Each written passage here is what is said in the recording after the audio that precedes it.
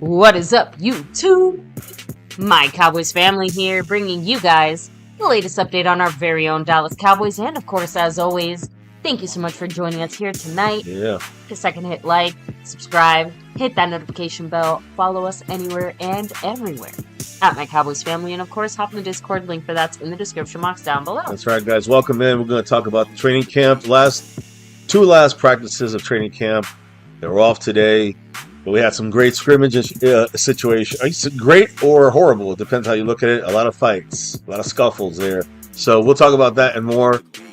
The big news, the main news, even before all this, after our game, last time we saw you all. And again, I've been talking about this for a couple of weeks. Von Miller signed to the Dallas Cowboys. That's right. So we're going to talk about his number. We're going to talk about his cap number. We're going to talk about his how much is getting paid, how much is it costing the Cowboys. We're going to talk about it all. But first, let's shout out the person who represents this channel for this quarter here. And it is the man, John Luna, all the way from Houston. Yes. Shout out to him and his family. Thank you, good sir. He's a Houston Texan fan, but he's an MCF family fan here. So shout out to the family there, John Luna and his. Much love to you. Now, we also have Jeremy Betts, who is the king of the Cash App the last quarter. And guess what? He's also in the lead currently in the Cash App side of things. We got NDN Boogie, who's our membership. You've got 4 different levels of membership: Navy, Blue, Silver, Star, and over everything. 4 different levels there. But you can also gift memberships once you're in the membership. So he's our gifting king, gifting membership king. And then we, of course, have the... Oh, sorry, I'm typing in the chat. Oh, okay. No, okay. That's okay. We have the man who's representing the I guess you could say the stream boss here, the boss of the stream, Calvin Richard, in the top spot there. He got 80. Is that 80 points? Yeah, 80 points out of the full 100. So he's still in that green. He's still sitting pretty there. He's doing pretty well. Shout outs to Calvin Richard. Now we also want to shout out everybody in the chat here in a moment. But first, I want to make sure I say big ups to Aussie and John Luna, because they are the star level members here on our channel. So, and in the over everything, we shout you guys out every stream. Now, of course, last time we did shout out our Friday members, which is a silver level. So we'll do that, of course, game day. I think, what is it, Saturday night? Yes. Get ready against the Cardinals. So we'll be doing that then, and shouting out the silver level crew there. Of course, appreciate the Navy Blue crew as well, and all of you here. And the different ways of dropping the love and supporting the channel. Let me just run through it in 2 seconds. You can, of course, hit the super chat there at the bottom right, wherever you're at, I guess, but at the bottom of your screen there in the chat, there's a super chats which count. And if you guys are able to hit $25 or more, and that's throughout the whole stream, not just one person, it's everybody combined, you'll be thrown into the raffle.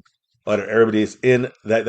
If you gave 4 times your name is in that raffle. So it ups your chances in a big way if we are all able to hit that goal. Now that's 0 out of 20 right now, and it ends at the end of the stream. And you can do it with memberships. You can do it with cash apps. You can see here different ways of dropping the love. But as I was saying, there's also a thanks button you can use. But on the YouTube side, there's those you can jump in the membership. But there's 4 ways we call the After Dark style, or the Cash App King. Baby, what are the 4 ways of dropping the love? That's not through YouTube.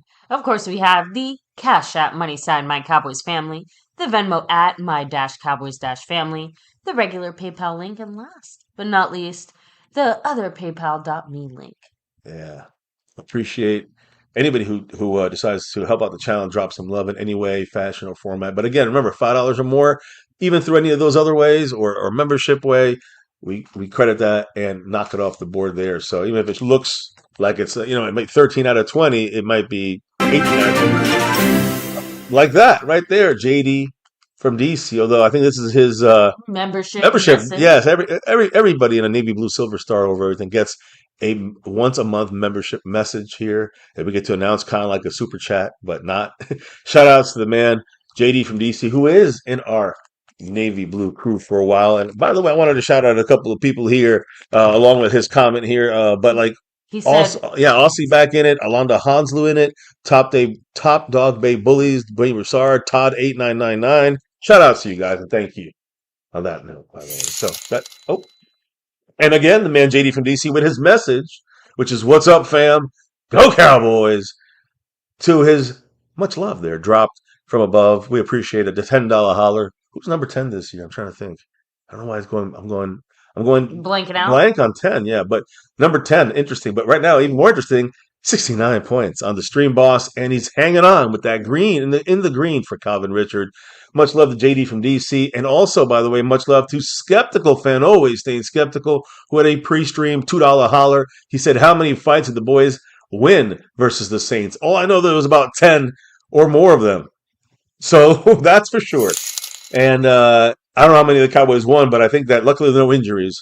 Just one guy was thrown out, which was Escarazu. We'll talk Ezuraku, and we'll talk about that when we get to it. But yes, we won a couple of them. They won a couple, but everyone lost because we lost reps. We'll talk about it. And shout outs again to the man, Calvin Richard, up and 5 up on there. So he's got 2 bars in green over there with 74 points on the stream boss there, Bob Lilly style.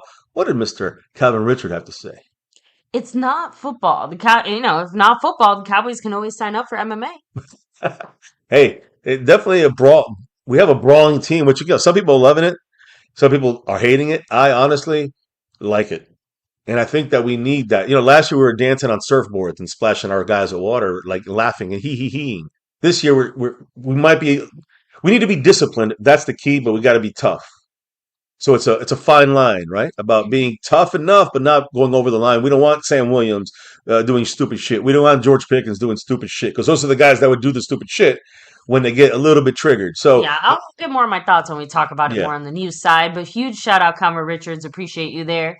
JD from DC. Shout out for the donation. Yeah, he did say, donation from heaven, $10 holler. By the way, that's 2 plus Calvin Richards. That's 3 hits right there. So we already got 3 out of 20. I'm counting them. I'm counting it. Don't worry. So 4 out of the 20 hit. So we need 16 more, and everybody gets in that raffle. We even discussed the raffle, which is a sewn and stitched jersey. Yeah, 4. Giving us rep ours here, but we'll get to that in a second. Yes, 420. Dollar holler. JD from DC said, seriously, what are we going to do with the right tackle situation? I hope you're praying, man. Well, I do have some answers on that, thankfully. But yes, there is a lot of hope Ziggy here. Prince, thank you for subbing it up. Appreciate that. But yeah, Mr. MCF has a little bit more details, but... Welcome to the family, Ziggy. I think I'm 99.9% positive I said this during our last stream, now that I think about it. I feel like it was towards the end of the game day stream where I was like, I wouldn't be surprised if the Cowboys aren't really happy with the O-line situation and do something about it. Just because I was not too happy with pretty much any of the O-line play for the backups pretty much the whole time. I agree with you, and I remember we did discuss that during the game. So the offensive line was an issue outside when it comes to depth. Specifically right tackle. Like, it feels like the O-line overall is just a little. Well, I'm always worried about Steele too. I brought up about Steele, but they're not going to start either the starters. So Steele's not going to start because he gets hurt. Yeah, we might be in bigger trouble. And then of course Guyton, who's the projected starter. We'll talk about the camp battle in that. It's pretty much over. But just a matter of everyone staying healthy, knock on wood. But it looks like it'll be Tyler Guyton. I'm not really shattering any dreams. Is there a Von Miller of the O-line out there? Asking for a friend. I'm sure there is someone, but I don't even know if the Cowboys are willing to go that route at this moment. Who knows? I don't know. Who knows? I mean, that's a good question. And I checked. There actually isn't a player. There's a number 10. So $10 hollers is all JD from DC. He owns that one. Shout outs to him, and shout outs to Calvin Richard, and shout out to Skeptical Fan. Thank you guys for dropping the love. Yeah, let's get to the news because obviously did we do all these already? I think we got yes, we did. Actually, wait, I need to do the shout outs in the chat. Yeah, we did the Cash App, Venmo, PayPal, and the other PayPal option, and of course, just real quick because this is what we're getting closer to right now, which is 4 out of 20, 16 away, $5 or more. And anyway, whether it's membership, it could be in the Cash App, it could be in the PayPal, or of course Super Chats or membership, gifting, all that stuff counts because it's all 5 or more. So, but here's the thing, guys. Shout outs to Jeremy Betts. He's the current leader. Shout outs to right now, Aussie is the current leader on the overall board for this quarter. And of course, you see Calvin Richards down to 68 points. And Jeremy, I think that's everything there. And there's no leader right now in the gifting side. Keep that in mind. That's up for grabs. Anyways, I'll let you do The the shout dog outs. is ruining the cat. I know that Because you know how our dog they don't. I always don't. Do gets they know we have a hyped? cat? Well, I we guess have they a cat do. now. Our dog always gets excited when she hears the MCF theme song. She like knows it's that we can't do anything about it and Hmm. that she can just go crazy. Yeah. So She's this is her teaching the cat. chance. Yeah, how to do the same thing. There's her chance. Playing There's your chance to since the just music tear up started the household. nonstop. So with that said, let me go ahead and do the shout outs here. Scorpio, what's up? Much love. I don't believe we've enabled that new YouTube feature with the jewels. Have we? Oh no, I don't think so. No. No. Honestly, we might I'll, not yet I'll have look that into it. option. I think they're still rolling that out because Okay. at least Well, I'll look on into it. the If we do, on the I'll put back it end, up I there. haven't seen anything yet. Yeah. But that'd be really cool. It works like bits, Okay. which Well, you don't know about. It's okay. yeah, you'll see. Retro Scotty, what's up? Much love. Retro. Saying this. This is the second time that it's happened with Ezraku. He might have potential, but he's starting to act like knucklehead Sam Yeah. Williams. If he keeps this up, I wouldn't mind trading him and a second round for like a player. Mm. Basically like, hey, he's already given us problems now. Just Let's get it nip while the at the getting's bud. good. Yeah. Well, Sam Williams is last season. With the way that the team is handling things, I would not rule it out. Just throwing that out there. Yeah. JD from DC, of course, in the JD. house. Calvin Richard, the man himself. We had skeptical fan always. Always Skeptical. staying skeptical. Daniel Berry Sports Highlights, what's up? The top dog himself, DB. Dwayne Broussard. Both DBs in the house. That's right. Spoony Dog. What's up? We got Jarrett Jones. Jared Jones, he's making moves. And I want to know, Jared, I'm sorry. Down. I think that's everything here so far. Of course, I'll do more shout outs here in a bit. As everyone jumps in. But I do want to say a quarterly jersey raffle here. Every star level gets one bonus raffle entry. That means you all see. That means you, John Luna, and also on any over everything member, which we don't have right now. No silver, no stars, but you can. No silver and no navy blues, but you can get in at any level, even if you're not even in the membership. If we get, let's say, $25 or more drops here tonight on this stream, on this show, it's gonna be an hour and a half. We'll see what happens. If we can get it done, then everybody gets put into this raffle, which we'll be having at the end of the quarter. So JD from DC just made it 5 hits on the board, 5 out of 20, which means we got 15 more to go. We didn't even start the show. Shout out to the whole family here, and shout out to the man JD from DC. Appreciate D. He's in enemy territory, baby. What do you say? He said, will you guys be doing the drinking game and the simulated games again this year? The drinking game, as in the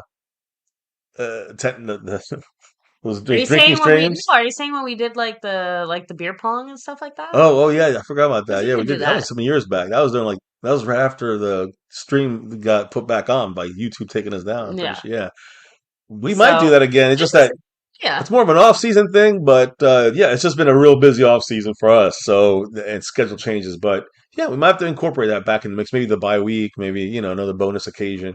We'll be doing that. And as far as simulated games, bro, that's one of the reasons why YouTube took us and Shut us said, down. "Hey, you're gonna be basically shadow banned and shut down." So because we used simulations, we weren't playing the game. If you play it, it's okay, but if you simulate it, it's not because it's copyrighted by Madden, and it's just stupid. Trying to argue with YouTube back then was not worth it, and Definitely we just honestly don't want to argue with YouTube now. Yeah, we don't want to deal with YouTube. We don't argue with YouTube. We're just gonna not do the We simulations. want YouTube to not even know we exist. But I at this do know a point. lot of people do them now, and I know some people are still doing simulations or saying they're playing them. I guess there's ways around it, but the point is, I don't want to risk it. It's not worth it. It's too much of a headache. And you know what? You know, I'm ready for game day. Although it is nice to see them on the field in the uniforms, the way they play against the opponent that they play with the right, starters. I really used to dive so deep in these into the third, what do you call it? Third stringers I Yeah. put in there and make sure the numbers are right and they're everything. It was crazy. I look back, I'm like, damn, that's crazy. My free time was Cowboys. That was it. So, anyways, moving on though. Yeah, sewn and stitched jerseys of any, not just the Cowboy. I know we have some non-Cowboy fans in here, like John Luna, who's a Houston Texan fan. But if you happen to win one of these raffles and you want to get a jersey, you want to pick a jersey. It could be any sport, it could be any team, it could be any style that's available, any size. It could be for gift for a family, friend, and of course, like I said, it could even be college baseball, basketball, football. Same thing in the NFL. It's soccer, FIFA, MLS, MLB, NBA, Yeah, and NHL, I think it's NFL. insane as well. Scorpio, I don't understand it, Yeah. right? But there's channels out here who are basically just like thief channels, right? They don't even post their own content. They just like repost stuff that other people post. Like, no, I'm saying like, like AI stuff or Yeah, just yeah, like, yeah.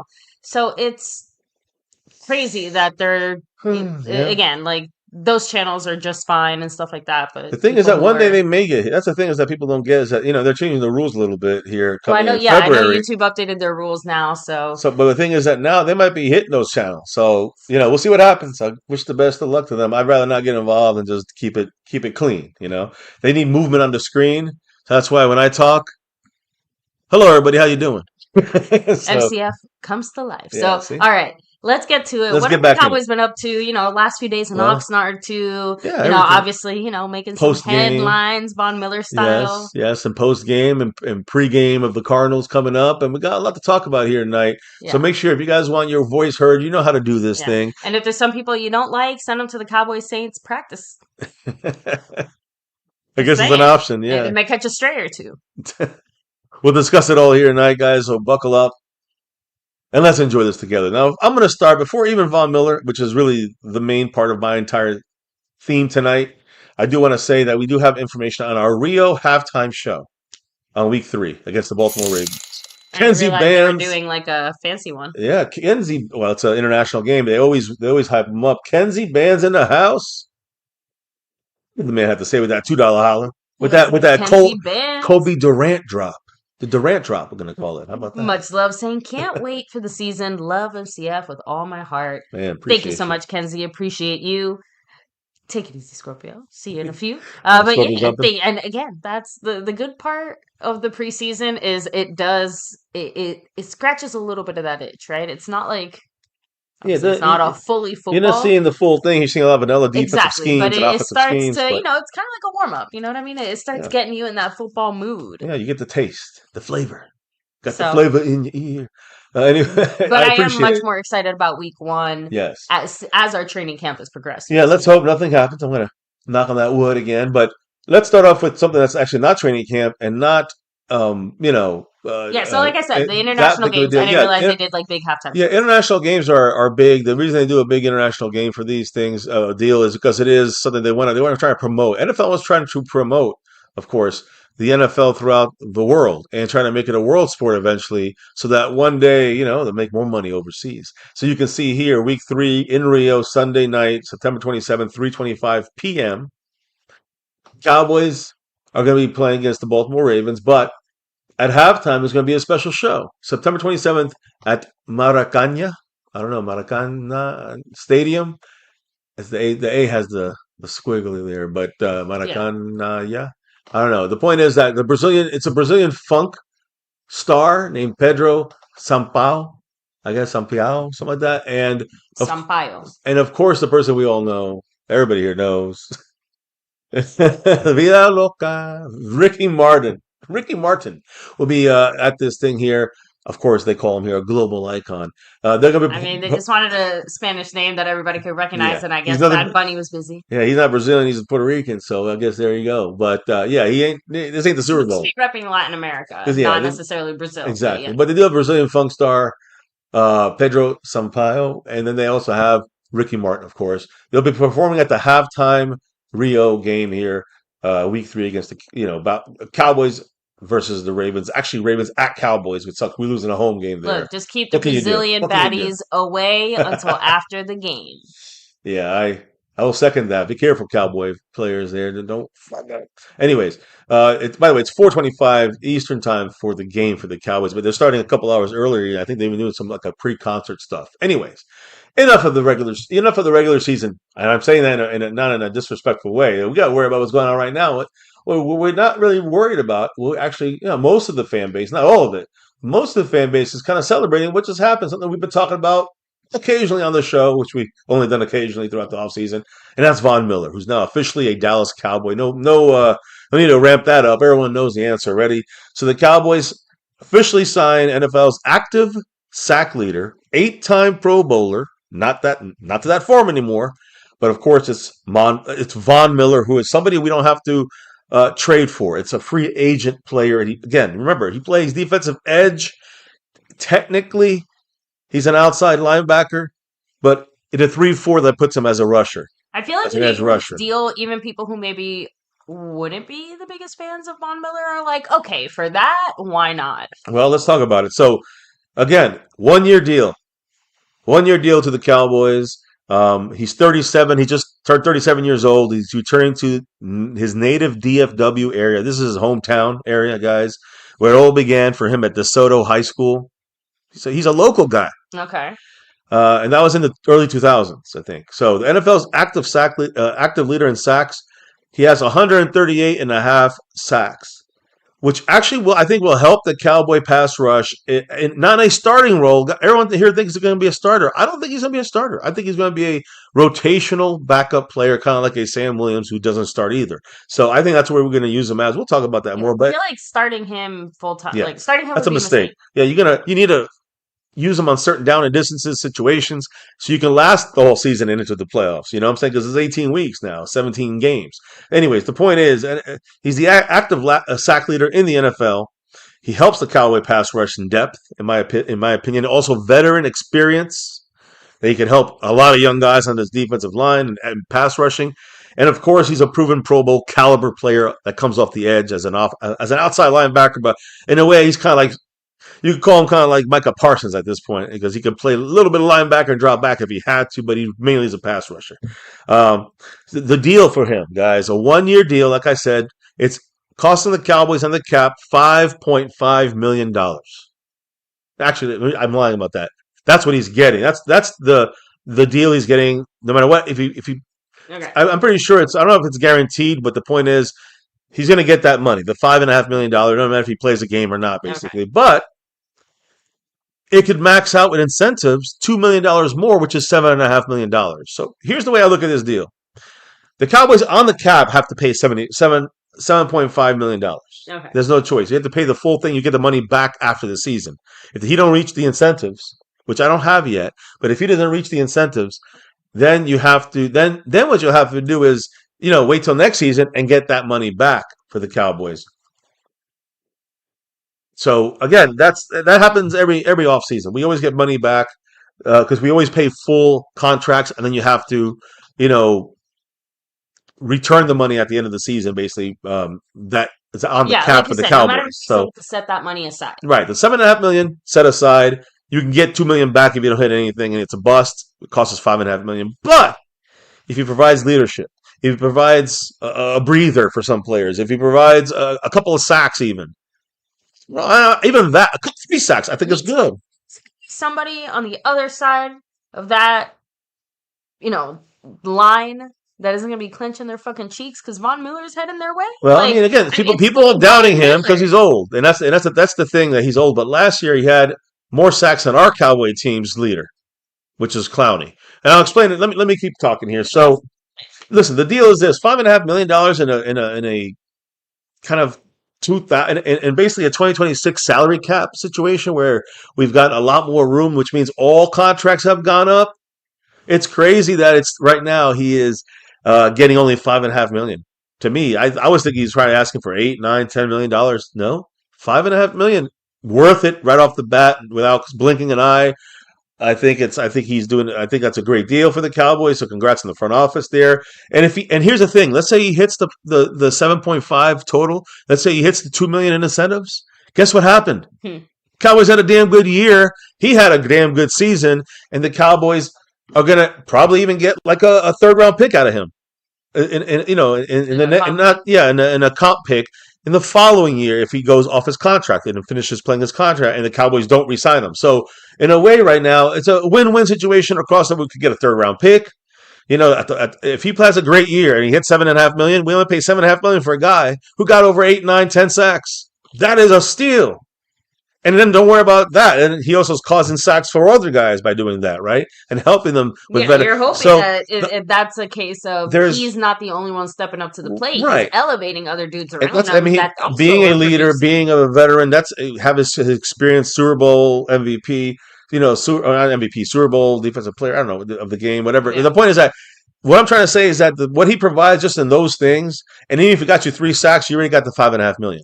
Yeah, to me, you got the worth of it, And then if you get the 7.5 million hit, that's even better. That means he's having a fantastic year, and he's automatically, in my opinion, helping. This not the young guys, every guy on the defense by getting 8, 9, 10 sacks and hitting the. I think to get the full 2,000, we got to win the Super Bowl. So, I mean, 2,000,000, 2,000. To get the full 2,000,000, I think he's got to play a certain number of games. He's got to play percentage.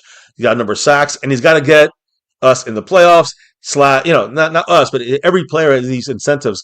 It's always tied into the playoffs, and and sometimes it's even tied up to the Super Bowl. So we don't know the breakdown yet, but he being here, I think it's a great deal. Now, is he a superstar? Is he the guy that we know from being a Pro Bowler? Is he? No.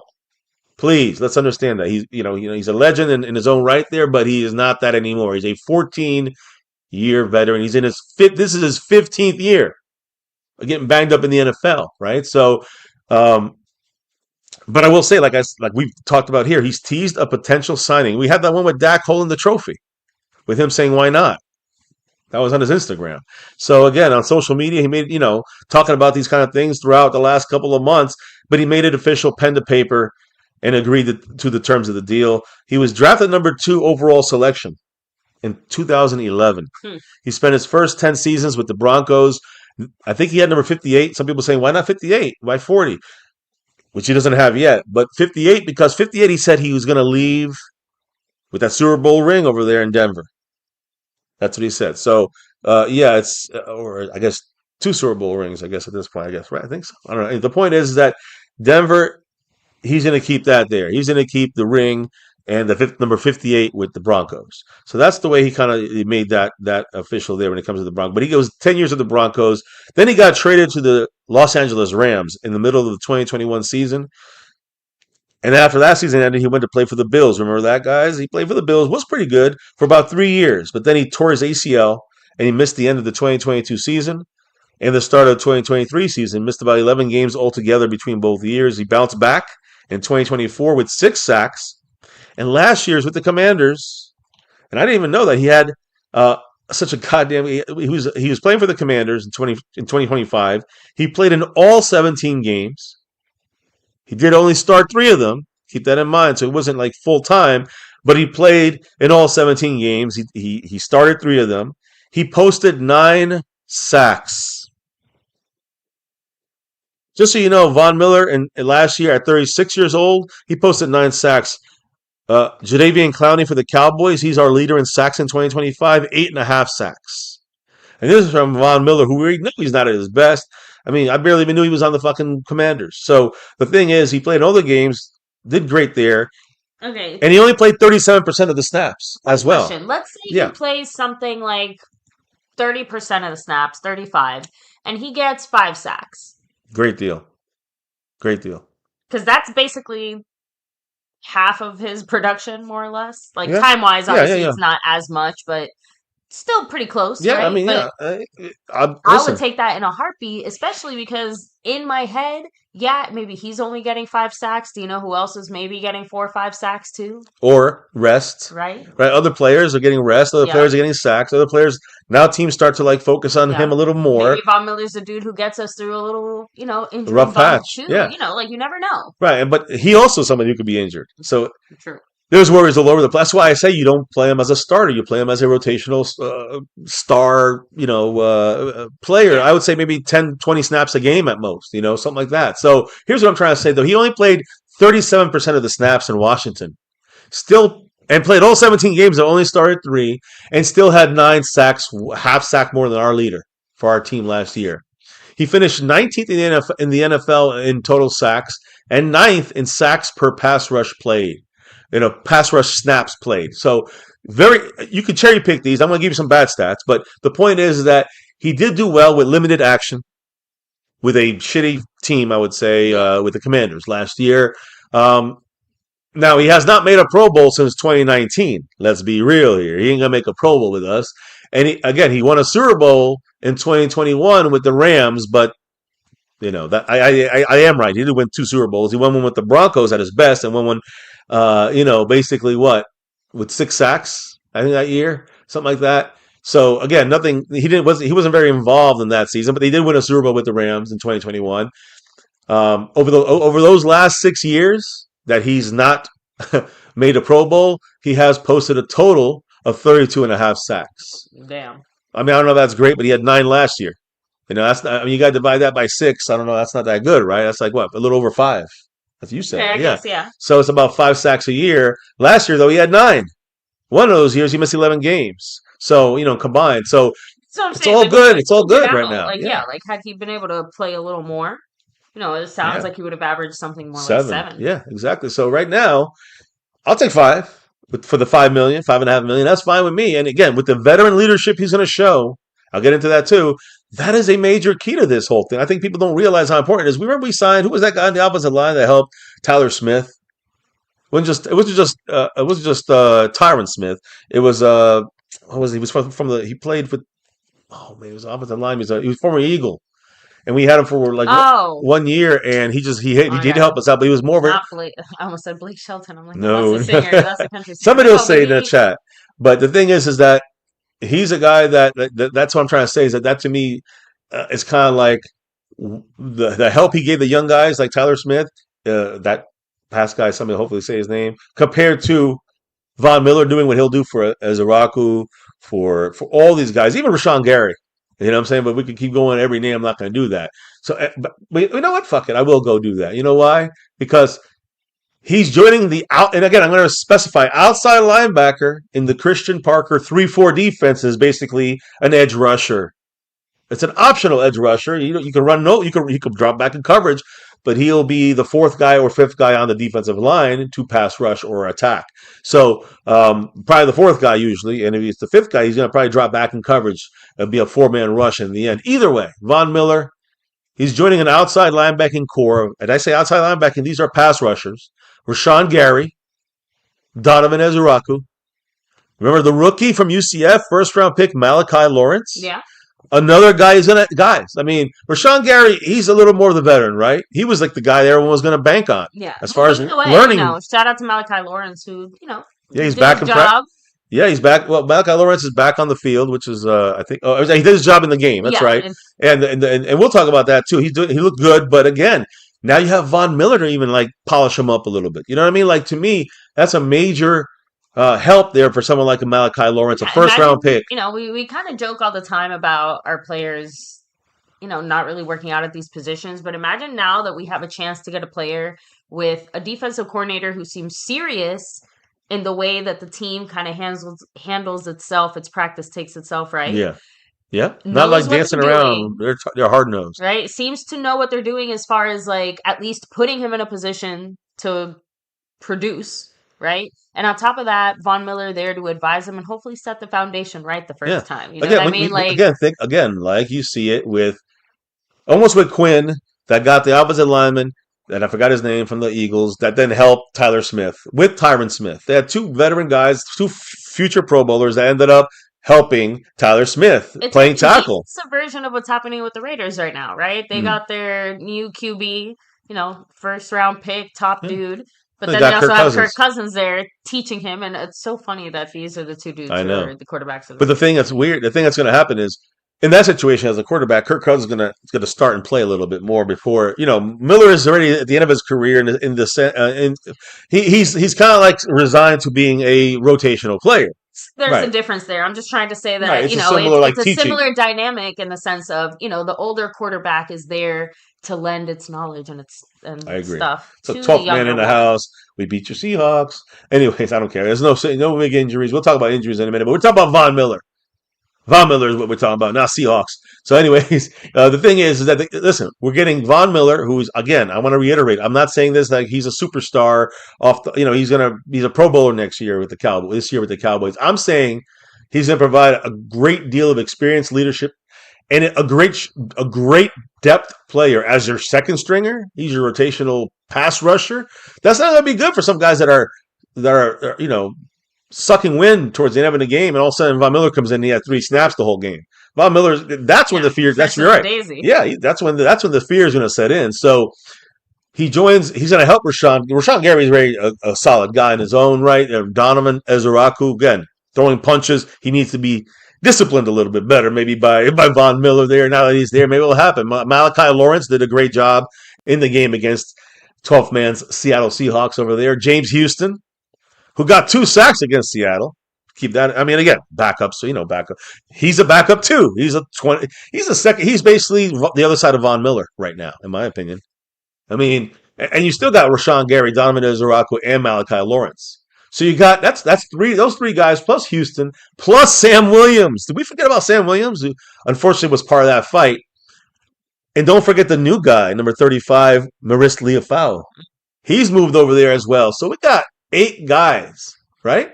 Rashawn Gary, Donovan Ezaraku, Malachi Lawrence, James Houston, who's not really. He's more of a veteran, but he's nothing compared. In my opinion, he's not a star power guy like Von Miller was. Sam Williams, Maurice Leafau. So Miller is our 7th outside linebacker. We're not going to keep all these guys. This is going to be a tough cut here. But you know what the rule is? You can never have enough pass rushers. That's what I've heard. So we'll see if they use guys like Maurice Leafau in certain situations. Just like I believe they're going to be using Von Miller. He's going to be factored in on late downs and as a pass rush specialist. So you see, first he's not going to start. He's going to be. You're going to see starter Rashawn Gary, starter Donovan Ezaraku, backup Malachi Lawrence and James Houston, Sam Williams, and Von Miller. He's a backup. But if it's 3rd and 13, Von Miller is going to take the spot of a couple of these guys. So again, you got the more bigger run edge setters. You're not going to have Von Miller in there, but when you have the guys that are more of the pass rushers specialists, you're going to see Von Miller in there. So we're paying him $5.5 million for about a third of the snaps. That lasts the whole year. He played, he played 17 games. That will last him the whole year. He's never going to start, probably unless injuries happen. Exactly. Hopefully, knock on wood, it doesn't. And $5.5 million. That's like third string pay right now at this point. So to me, it's a steal. To me, it's a great deal. The worst case is he gets 3 sacks, and he teaches all our guys some very important stuff that nobody that's on this pass rushing squad has. Not Rashawn Gary, not nobody. Not forget Sam Williams. Sam Williams is one of the guys that needs some discipline.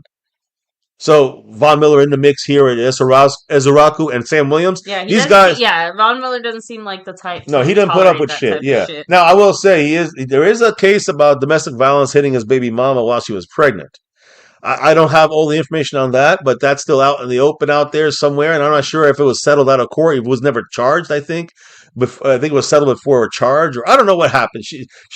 I don't know, but it's not a good look on him, and I can't. Obviously we don't support that at all. So I know these accolades, everyone forgets about that instance, but I don't know the details, so I'm not going to talk too much about that. And but it is something to keep in mind. Although he has been a great guy throughout his life and known as a great guy, he did have that real nasty situation. I don't give 2 flying fucks how he is in his personal life at this point. I know why he's here. You know why he's here. Shut the fuck up and go play.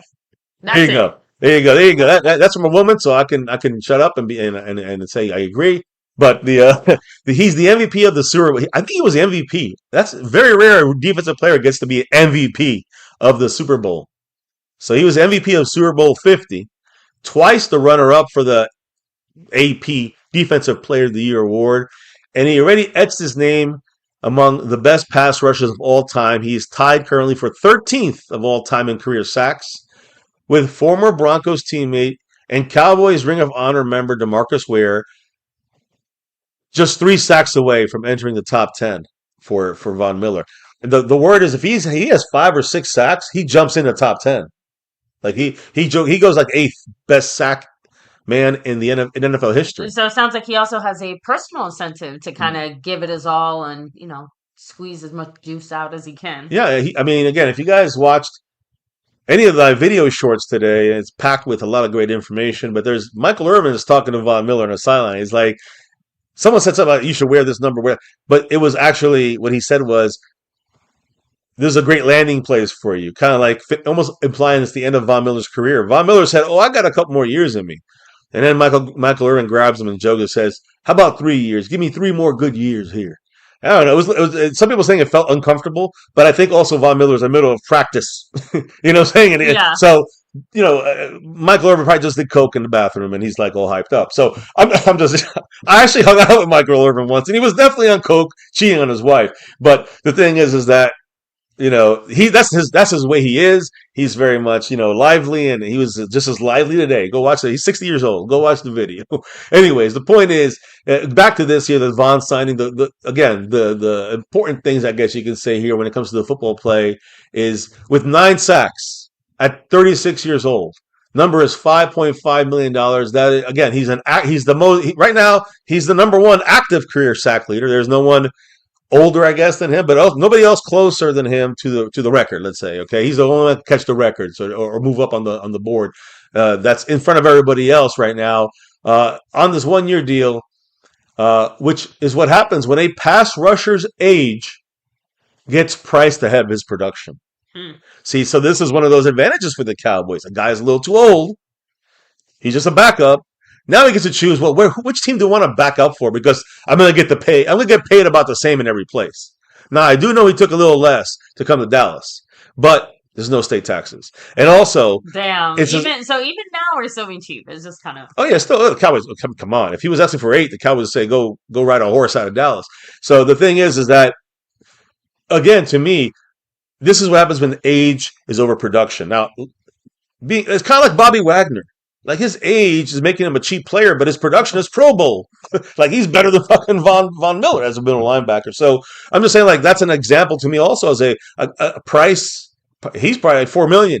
Like, come on, let's go get Bobby Wagner in this bitch. So I'm just an example. But my thing is that with to me it looks like a bargain. And if he hits those incentives, it's a steal. It's a bargain steal. He had 3.5 sacks in 2026.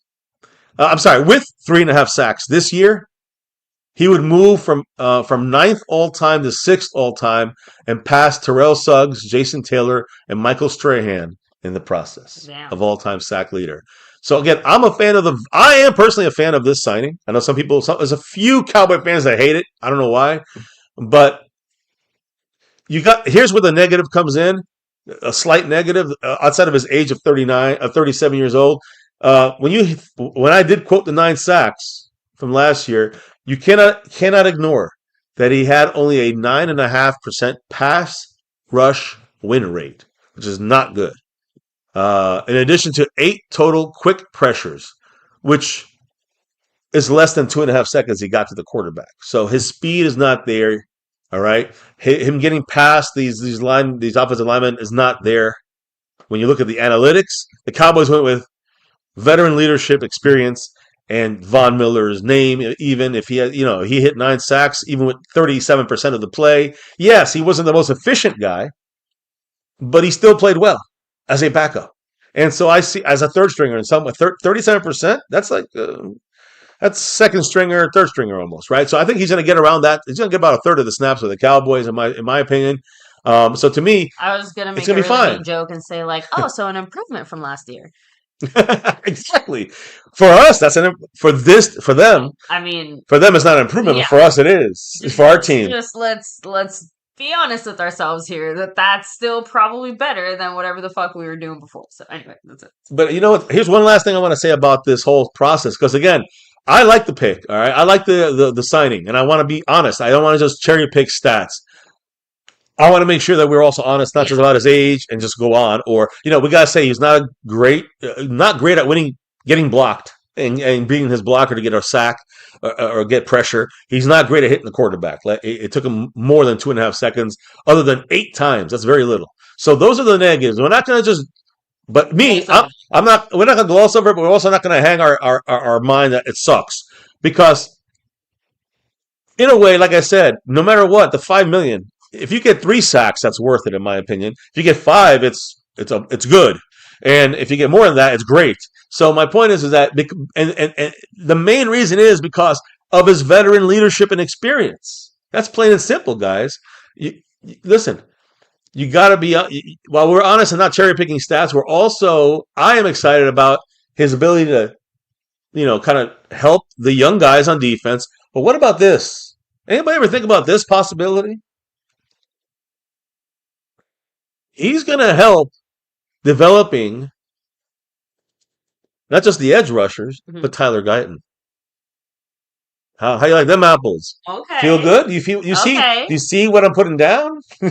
I mean, Tyler So, Guyton needs that JD extra. from DC, I hope you're listening because I know you're Yep. asking about the right tackle, but There you go. No, we're talking O line. We're talking O well, line. no. In a way, Nate Thomas as well, right? But True. Tyler Guyton, he needs to get better quicker, right? So facing Von Miller Von Miller will give him some secrets of how to play maybe better when you're blocking a certain type of guy, and what things they will do on defense that even some of the guys right now on our defense don't know things of. You know what I'm saying?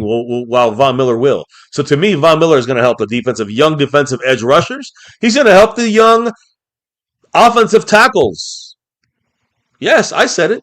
So I like it. To that value just on that side of things is worth $5 million. I'm just saying, like just being a guy who can spell some guys and help the offense and defense of young guys, that's worth $5.5 million. Question closed. JD from DC is still here. Yeah. Great. Just because I remember you were the one who asked earlier in the show, Yeah, like, about that. what are we going to do about right Well, tackle? And I'm like, well, I don't have the answer for you, but can we interest you in some left? well, the thing No, is, but that the is a thing good is that, point that's going to that, help our left tackle, whoever it is. yes. It's going to help both Nate Thomas. It's going to help. It's going to help. I think immensely. It's going to help Tyler Guyton with already some of with the stuff that he bestows on the other edge rushers. They're going to use against him. He's going to get a lot of practice against some Pro Bowl Hall of Fame pass rushing mind. And that's not just from him; it's from the rest of the edge rushers who are going to learn from him and learn some new things. So I just think it's only a positive move. There's no negative move in this. Okay, I'm sorry. That's funny my as how 2 JD cents. said. So Von Miller will rotate as a right tackle? Exactly, he's a right tackle too. He's No, discovered some new skills. listen, he came out there with the number 40 out there, and it was a white jersey, which is offense. So hey, maybe he is an offense. No, listen, let me just say something real quick. I'm going to add to this. Give my reasons. Maybe you can give yours. What are we at on the goal board, by the way? We're at 5. Yes. Well, it says 420, but I it's know it 5 says out of 20. I think I didn't check anything else on my side here on the After Dark side, but shout outs to everybody here. Hitting that like, subscribing, notification bell. Shout outs to Calvin Richards, 61 points on the stream boss. He lost the green, but he's in the orange right there in the middle, almost in the middle there. Sponsor of the quarter, John Luna. The leader right now is Aussie. NDN Boogie and the membership side, and of course, Jeremy Betts.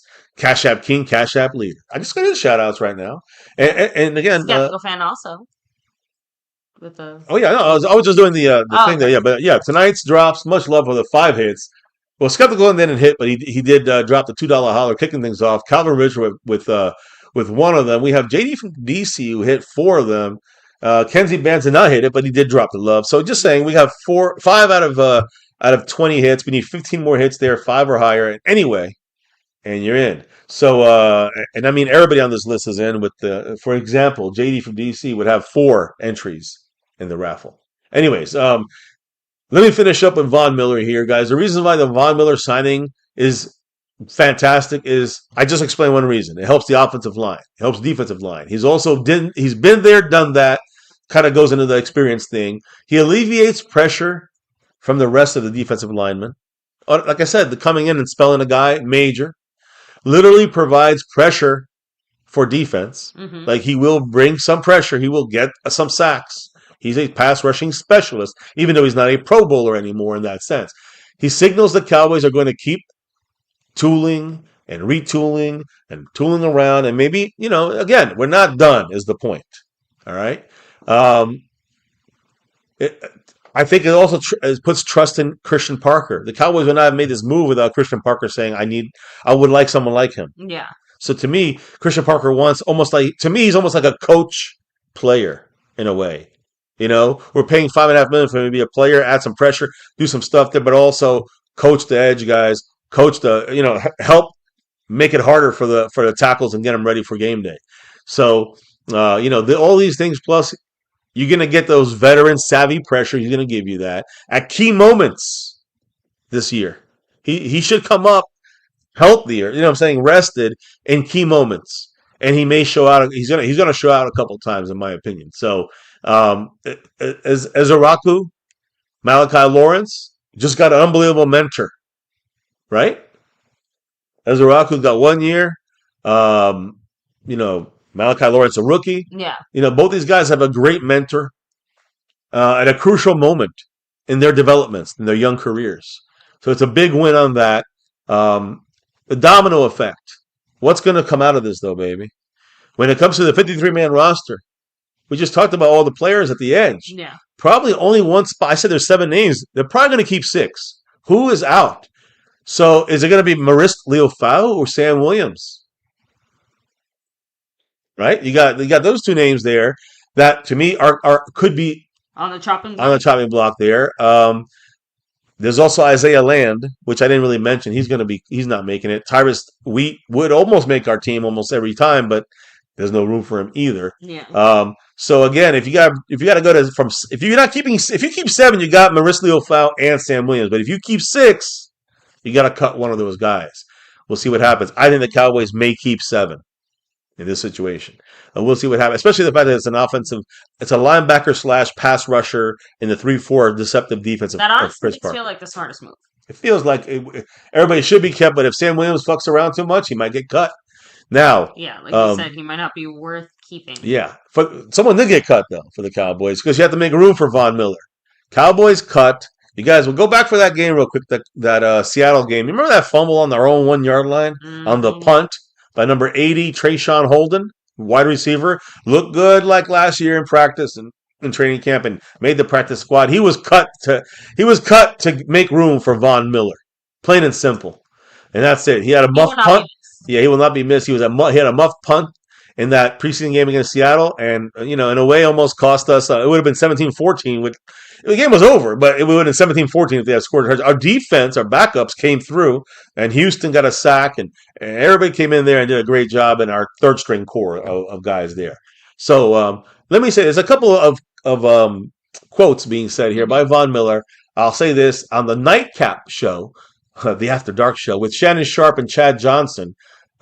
He spoke about the Cowboys being the first team to reach out to him about a week before the start of training camp. So this was right in the books like mid-July. The Cowboys were talking to him already. Yeah, and remember before that he had been posting stuff on social media, kind of hinting that he'd and after that too to come to Dallas, right? So he said, quote, "It just seemed right for me.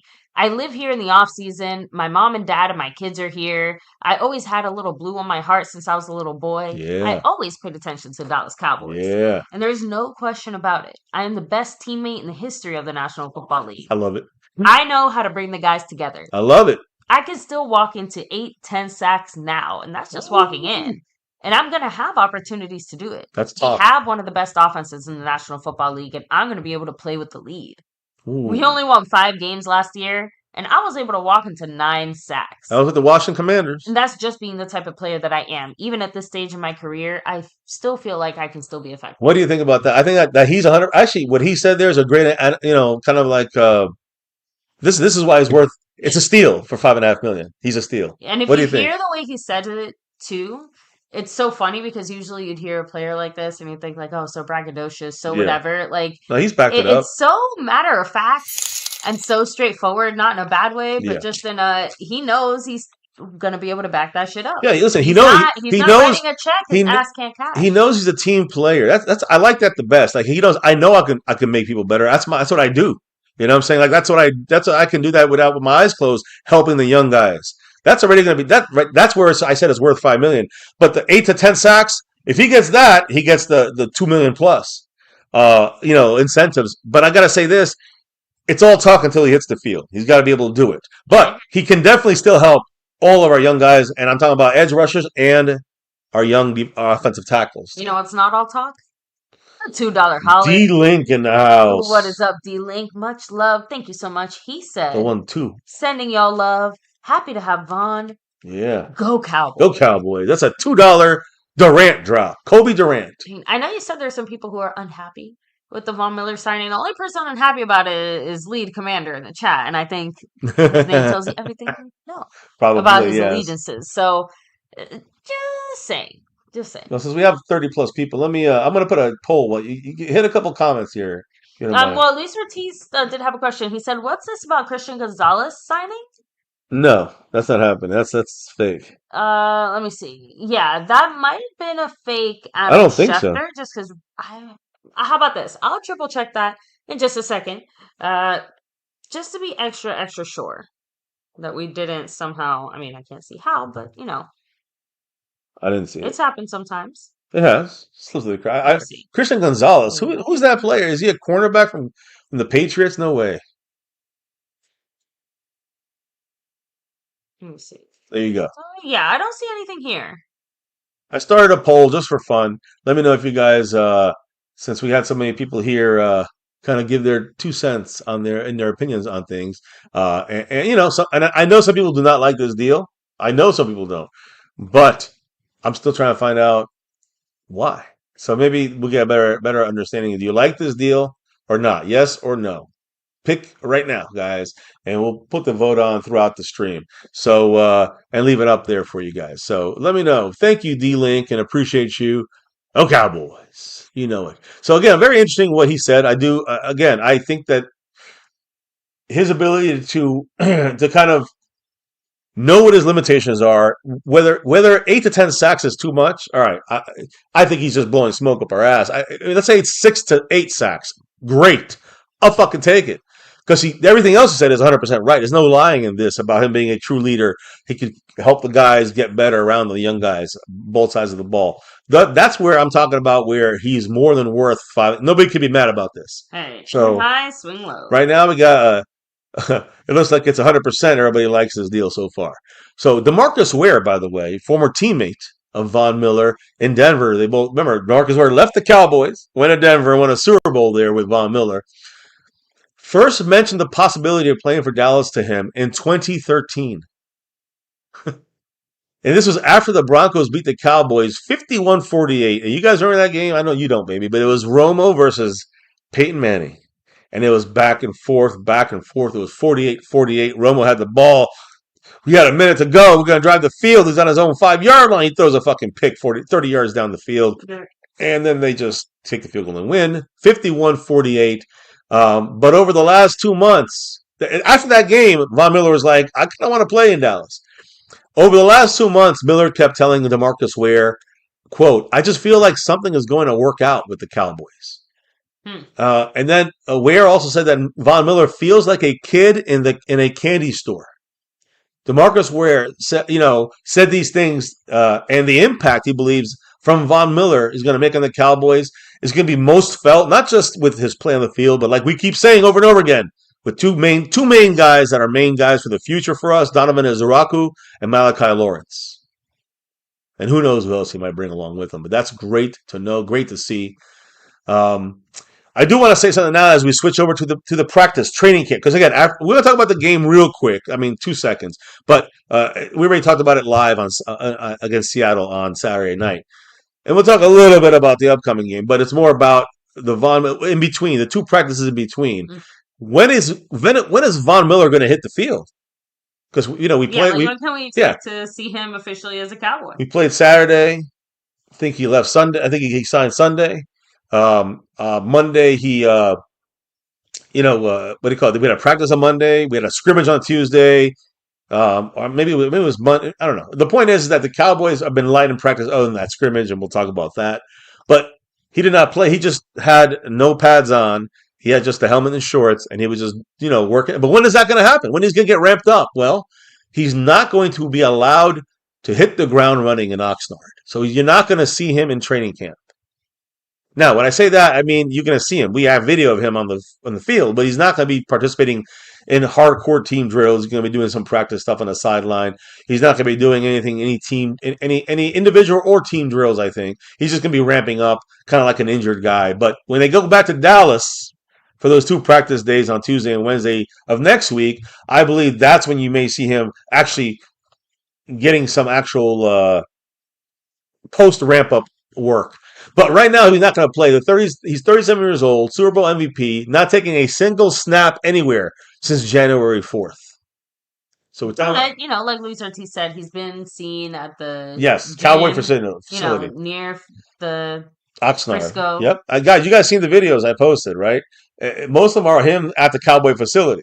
Or outside. Hardly dad in the house. Got Godless in the house. Make a little joke saying the goal is still 420. It's technically 520. 520, but yeah, it's 420 is what it shows. So it shows on screen. We had another hit there, a 2-for-1, so a twofer. We count them. So we still got 15 to go, 15 to hit. We'll see. You get in the raffle automatically. Everybody that threw down anything on that. But going back to our Dallas Cowboys and this Von Miller situation, when are we going to see him on the field actually putting the pads on and hitting? Well, he's not going to be able to do it now. He hasn't taken a snap since January 4th against the in the final game of the Washington Commanders. I think it was against us. Anyways, don't expect Von Miller to participate in the joint practice. He did not, by the way, against New Orleans. And again, the fact that there's a practice tomorrow, but there's a slim to none chance that he will be on the field. That is the last day the Cowboys are in Oxnard. After that, they go to Arizona, play the game there, and go back to Dallas. So there's literally one day of practice, and that's tomorrow. And it's probably going to be a walkthrough, to be honest. Not going to be anything major. So you might see him out there, but if it's a walkthrough, he'll be out there. If it's any kind of pads and ramping up and actually getting ready for the game with hits and stuff, he's going to be ramping up on the sideline. In fact, quote by Schottenheimer, quote, he's going to be in a ramp-up mode. I'm pretty sure he hasn't forgotten how to rush the passer or play football. So we'll be smart with him. I think he gets in tonight, and then we'll get rolling with him tomorrow, which he did show up there at the training camp, and as it was ramping up. We have video, so you can check it out. He had a short stay in Southern California. Miller is going to, with the Cowboys, will probably break camp after Thursday, have to go to Arizona, and then going back to the Star in Frisco, Texas, on Tuesday, August 25th and 26th, Wednesday, August 26th. Those are probably the best chance to see him in uniform, in shoulder pads, and maybe taking a couple of hits, giving a couple of hits. How about that? But that looks to me what the situation is with Von Miller. There's a little bit more. Von Miller came out of practice after the scrimmage. So we'll talk about that, but we didn't get to that yet. There's one other player I want to talk about here. So we're talking about, the Cowboys going to add more players. Cowboys, listen, guys, the Cowboys worked out veteran free agent, not just Von Miller they worked out. They've worked out a cornerback, Adoree Jackson. Okay, known in the old days, not as good as he used to be. In fact, we burned him when he was with the Eagles. That's why we came back on them. We were down 21-3, I think, in the third. And we came back because, thank you, Adoree Jackson. So I'm not sure he's the best guy to say he's great, but he could be a fourth or fifth stringer. He already worked out for the Cowboys once this offseason. Now has a second workout and I think he has ties to Christian Parker as well. So through the Eagles. So multiple teams have shown interest in him, which again could complicate bringing him in to the Cowboy team. My question is, would you want to see him with the Cowboys? The last thing I heard about Adoree Jackson, he did visit the Cowboys in May, and he had another visit now. But nothing is on the horizon with the Cowboys right now. And that's from yesterday. So he's not going to get signed anytime soon, Adoree Jackson. And that's the only name I've heard. I like Bobby Wagner. And what do you think about this, about Adoree Jackson and maybe the whole Von Miller situation? I mean, as far as Von Miller, I think I said everything I had to say earlier, just because I don't want to rehash that there. And this just feels like a body. I got to be honest. Like, why else would we even bother? Oh, 21 had a lot of penalties there. Kalen Carson. Or what I think is more likely that happened, they were looking for somebody, and for some reason, someone remembered this guy's name, and they couldn't quite remember where they remembered it from, but they're like, man, I really remember this guy. Turns out, remembering for all the wrong reasons. Yeah. So he was good before that, though, but not what he used to be. So, but you know what? That really just puts it in perspective. That's the Cowboys' favorite type of player. But and again, gotta give him credit. They're not going after him. They're not going to go after him right now. Now, let me just say this: the preseason opener against the Seattle Seahawks, where's 12th man? The preseason opener, guys. The Cowboys, in last year's preseason opener, had 19 missed tackles. According to Next Gen Stats, they said the Cowboys missed 0 tackles from top to bottom, first, second, third, fourth string. That's crazy. But that's great. I know we missed some tackles. I'll tell you right now. Curtis Robinson, number 42, he missed the quarterback for Seattle. What was his name? Milrow or something like this. Missed a tackle on him when he was running the ball. But they might have called it like a missed sack, so it's not a missed tackle. I don't know. And he got a first down because of that missed tackle /sack. Shamar James, number 50. He also missed. I remember he missed one in the backfield, but maybe it's not because it's the backfield. It's not considered a quote unquote missed tackle because it's negative yards. I don't know. I'm not sure, but a lot of this next gen and analytical stuff seems to like contradict itself sometimes. So look, either way, the point I'm trying to make is that last year 19 missed tackles. This year, close to none. Let's say 2 or 3. That's fantastic. That's discipline, and it's an improvement from last year in a very simple sense from this game. And just one other thing too, little preview of Christian Parker, let's say, in the defense, because I do think when you look at what Christian Parker kind of the way that the backup defense played, all right, it speaks well for Christian Parker and the entire defensive coaching staff. Number twos, the number threes, and number fours. Their defense got the job done. They understood their the scheme, made very few errors. So to me, to have even your lesser guys not making mistakes, it's not like where we had the Mike Nolan insanity where everyone was confused or the Zimmer. This is the players are responding from second, third, and fourth stringers. That means the first stringers know as well. Normally, for the first preseason game, especially with a new defensive coordinator, there are a ton of miscues and errors, alignment mistakes, poor tackling. But there's been very little of that. When you look at whether it's the naked eye or whether it's next gen analytical stats, Christian Parker's made a difference. You can see it in just the way this defense acts and performs. You know what I'm saying? The way they all know each other. And I'm talking about second stringers, third stringers, fourth stringers. They all know what they're doing. So big shout outs there to Christian Parker for that. That's a positive I see. By the way, when you look at the poll right now, so let me see something here. We only got 7 votes, so you guys got to vote. But everybody said Von Miller is a good signing. So luckily we have. Like I said, yeah. I genuinely would love to see someone who said or says no. And it just, I want to know why. Yeah, that's my main thing. Is like, why would you? All I see are upsides. Yeah, there's always a risk, but there's there's like 2 cons and there's like 50 pros. That's normal amounts of risk that the player doesn't exactly end up being able to play, or that an injury ends up derailing your plans. Yeah. So yeah, no, I agree, and we'll see. Right now we're at 100% still. Now, very important though for the Cowboys. Were injuries. We want to know what the injury situation was. Who's banged and bruised? Well, again, after the game, right, which was Saturday, Sunday's an off day. Monday they practiced, I'm pretty sure, working back into practice. All right, these guys were already kind of banged up and hurt. There was no Zion Childress for the game. Defensive back, remember him? We cut him last year. Zion Childress, kind of like a small linebacker, big safety kind of guy. He didn't even play in this last game. Because he's getting worked back into practice still with the resistance cords and that kind of stuff. Rookie Jayshon Barham, 3rd round pick, number 55. He's a guy that's back in practice officially for the scrimmage, but was just working back into practice on Monday. And Devin Moore, cornerback, which I want to see more of him. He's also been working his way back in to practice. Now, limited in practice, and these guys were banged up because of the football game. First and foremost, I'm going to give you a hint. It's 3 players, and they're all running backs. Yeah. We all know Phil Maffa got hurt. What happened? Rib injury. Not good, but I did hear positive signs about him. He might not play this week, but he's going to be okay.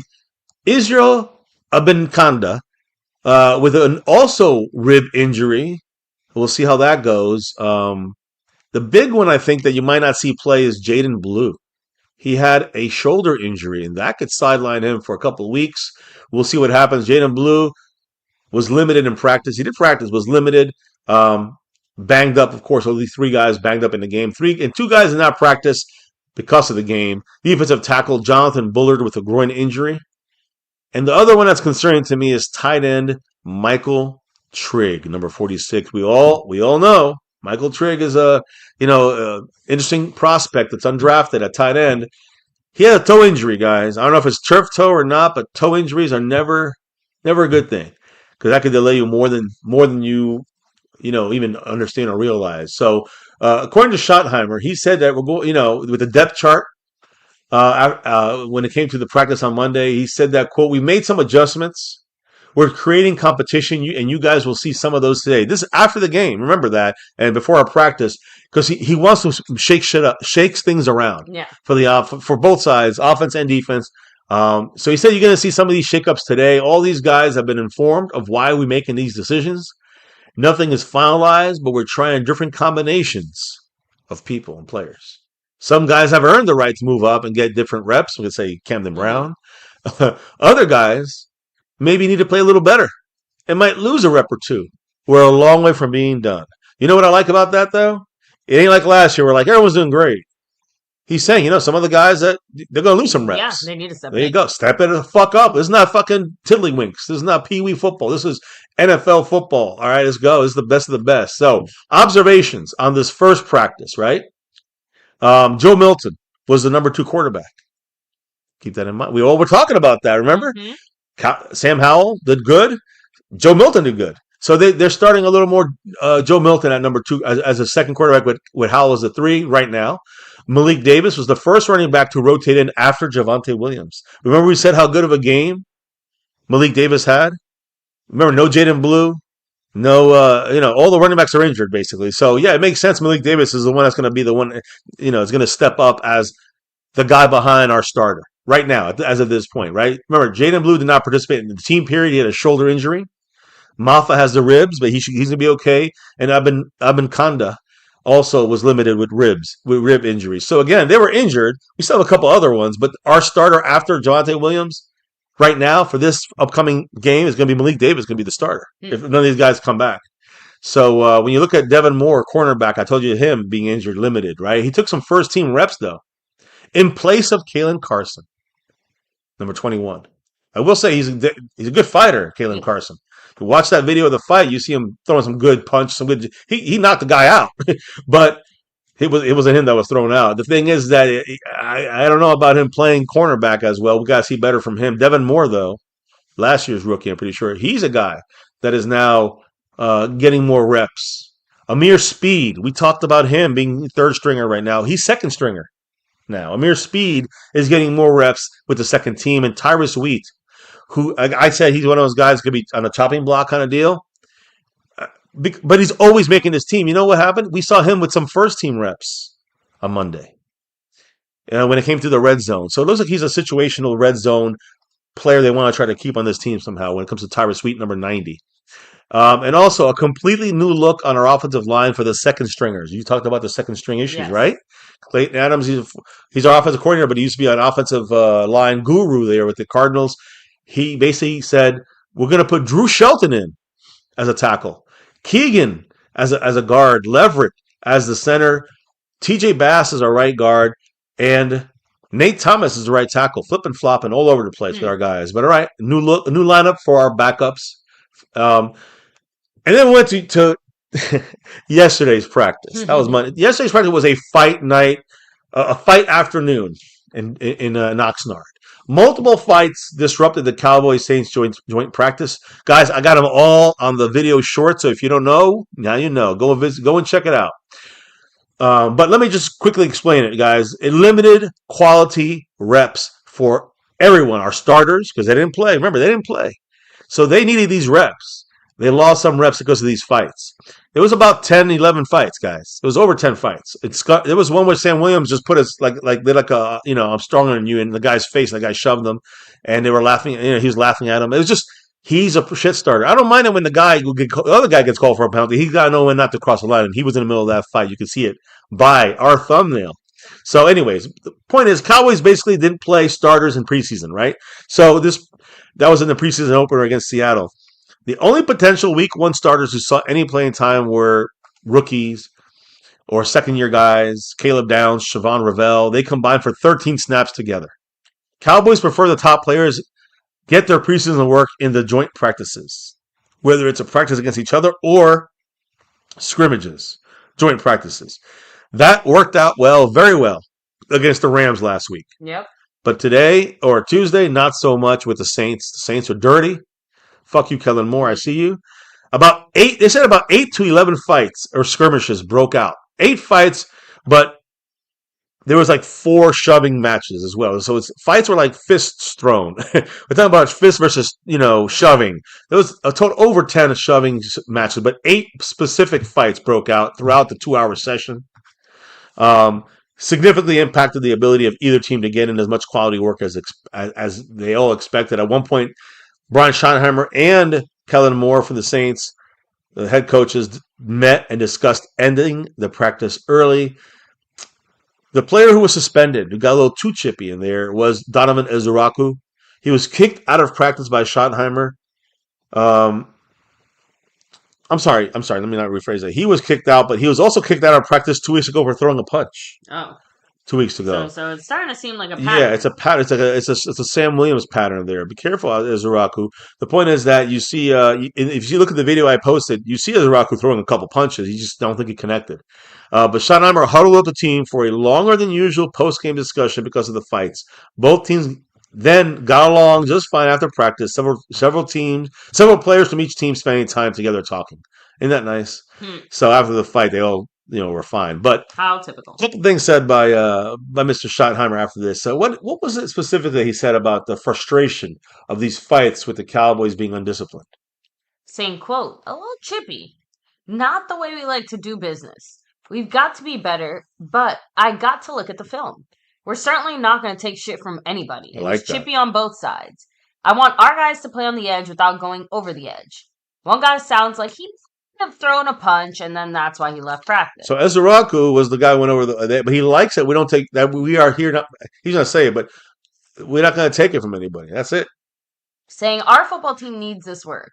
Overall, I was disappointed in the work today because I don't think we got enough good work. There were too many bodies on the ground, and it just felt sloppy to me. There's a discipline element to playing this football game, and unfortunately, we didn't handle that very well today. But I don't think we were the only culprits. And we already know the Saints were responsible for. I picked out Sam Williams, but the Saints were responsible for most of these issues. Late hits.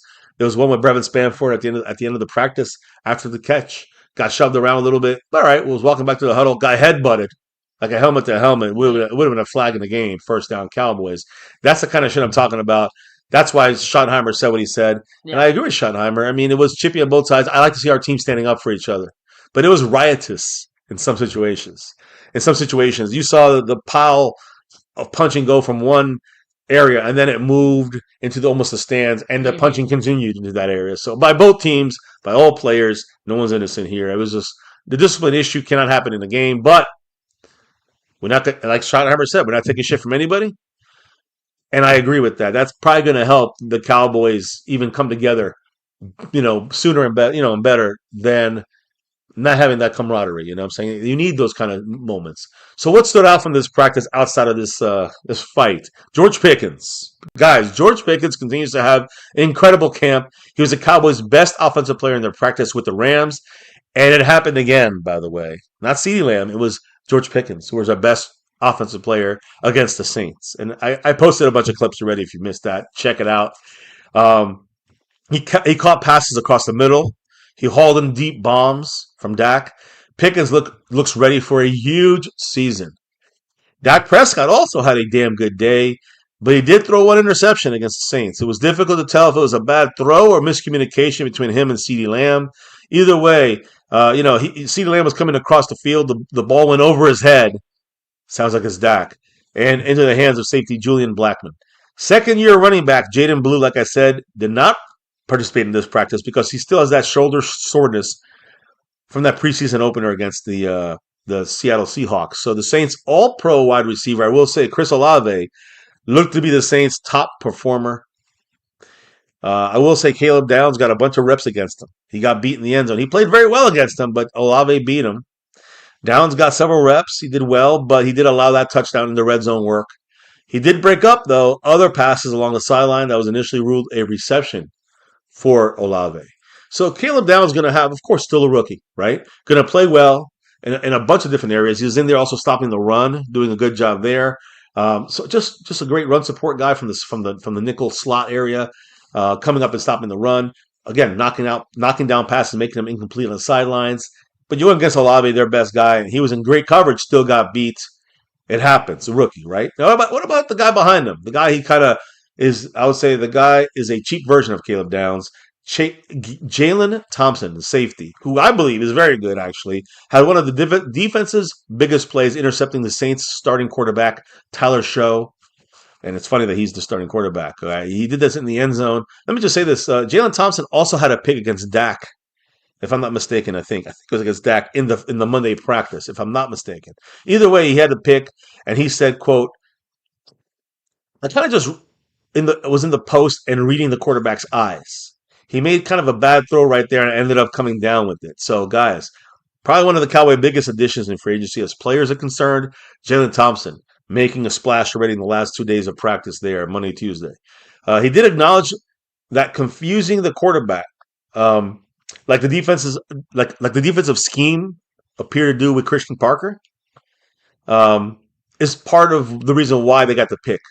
Cornerback Reddy Stewart also had interception in team drills. My point is, a guy that's a veteran like Jalen Thompson, okay, a guy who's younger like Reddy Stewart, they're both working well in a deceptive defensive scheme. We saw the second stringers, third stringers, and fourth stringers do it against Seattle on Saturday. We're seeing them do it in this practice against the Saints on Tuesday, and it shows.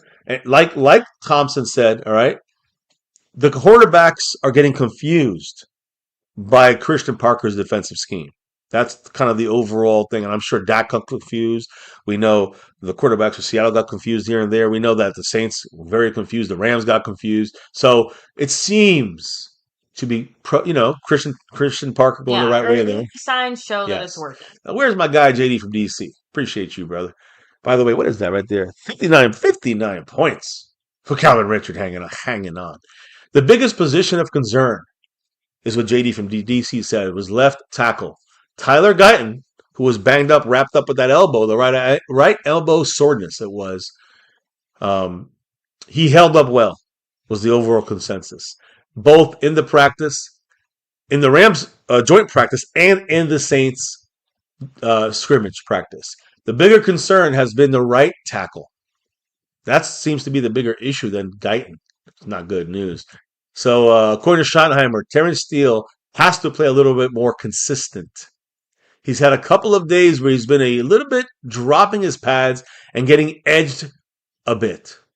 He needs to be better. So when you talk about guys that kind of losing reps, Nate Thomas playing right tackle as his backup. What does that tell you? It tells me Tyler Guyton starting at left tackle, and the right tackle, Nate Thomas could take that over. Be aware, be very aware. In the end, though, I think that, when you look at their college numbers, Guyton was a starting right tackle. So why not move Guyton there? And then maybe you move Nate Thomas at left tackle. I'm hearing Nate Thomas needs to be more consistent at left tackle. So we'll see what happens. I don't know. It's a little scary, I will say, but I will say Clayton Adams, our offensive coordinator, he knows the offensive line situation, and he does a good job in managing that usually. So I'm going to trust in him. I'm still very much of the opinion that we will see some additional help there before if not by the end of training camp, You're right. Shortly before we a veteran type guy. Oh, yeah. Yeah, I got you. Great point, by the way. I do agree with that. Now, I know we had a guy named Hennessy who was a kind of a big name, but he was out with surgery. So that's one of the guys you're not going to see here. Now, but the good news is Tyler Guyton's holding up. The bad news is Terrence Steele is not holding up as well. Has to be better according to his own head coach. Cowboy starters recording sacks in this scrimmage against the Saints. Rashawn Gary had 2. That's right, the new number 7. Kenny Clark, number 97, had 1. Malachi Lawrence, the rookie, what is he, number 57? He had a sack as well. So great to see the pressure's getting there, and we don't have Micah. We didn't even have Von Miller out there. We don't, we're getting there with Rashawn Gary, Kenny Clark, Malachi Lawrence. And don't forget, like Quentin Williams inside and other guys that are really helping this team out, this defense out. Backup Joe Milton. Been playing well, like I said, on Monday. Building up that strong showing from preseason on Monday's practice into Tuesday. He's looked accurate on intermediate and deep throws in this most of the season, I'll say. And most of the training camp season and the joint practices, the preseason. He's been very accurate on intermediate and deep throws. Not putting the ball in areas where it could be intercepted.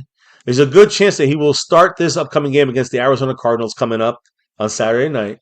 and play the entire first half against the Cardinals on Saturday. So, and that's what I said. Remember, I said Howell's going to get the first look, but watch Milton get the second look if he looks good enough to do it, or if they're not sure. Also, it can be bad enough that hey, we want to see you against better competition. If you can't do it again, if you fail again, you're off this team.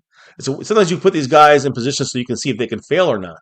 So yeah, there you go. So I expect Joe Milton to be the starter over Howell. Not really big. You're seeing Milton first half and Howell second half. The first game you saw Howell first half, Milton second half.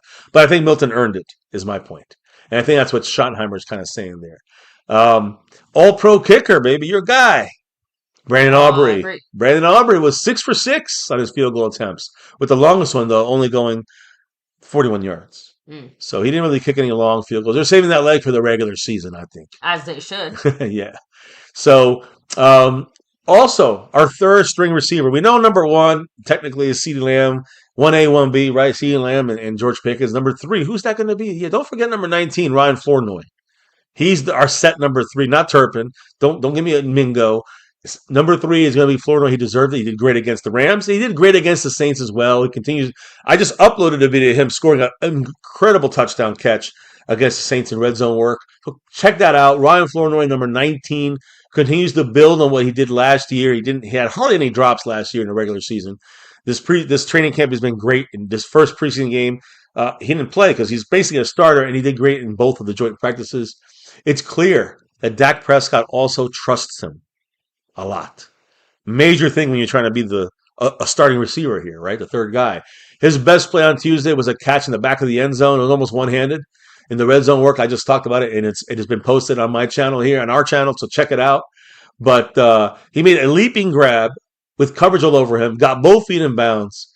So again, the Cowboys have 3 excellent wide receiver threats. Just like that. And don't forget Turpin and Mingo and Alex, what's his name? Smith, and I'm probably missing a bunch of guys. And not even that, but it's funny. I never even stopped to consider the fact that it's very likely that our last receiver MVS might be picked for something other than special teams. When we have this many receivers that are, I don't want to say playing at a high level, but are all competing for that same spot, and they all seem to have earned it. Maybe comfortability with Dak ends up being the bigger deciding factor there. Yeah. I mean, you got Camden Brown moved up. He's now the 6th guy for the Cowboys. You got Mingo, Turpin, and Brown. Then you have Valdez-Scantling, Marquez Valdez-Scantling, Anthony Smith, the rookie, and Jordan Hudson. And behind him, Denzel Mills, Jaden Smith, and Tyler Johnson. Forget those guys there. But my thing is, you got yourself 6 receivers here down to Camden Brown. So basically, Anthony Smith's a rookie. He may be practice squad. So then what are you going to do? You got to cut a named guy here, or you cut Camden Brown. No, you can't do that because someone's going to pick him up.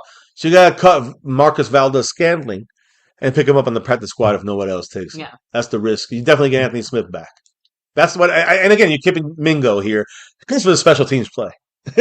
Because of that non-give-up DK Metcalf type play. Before we move on to the next... Yes.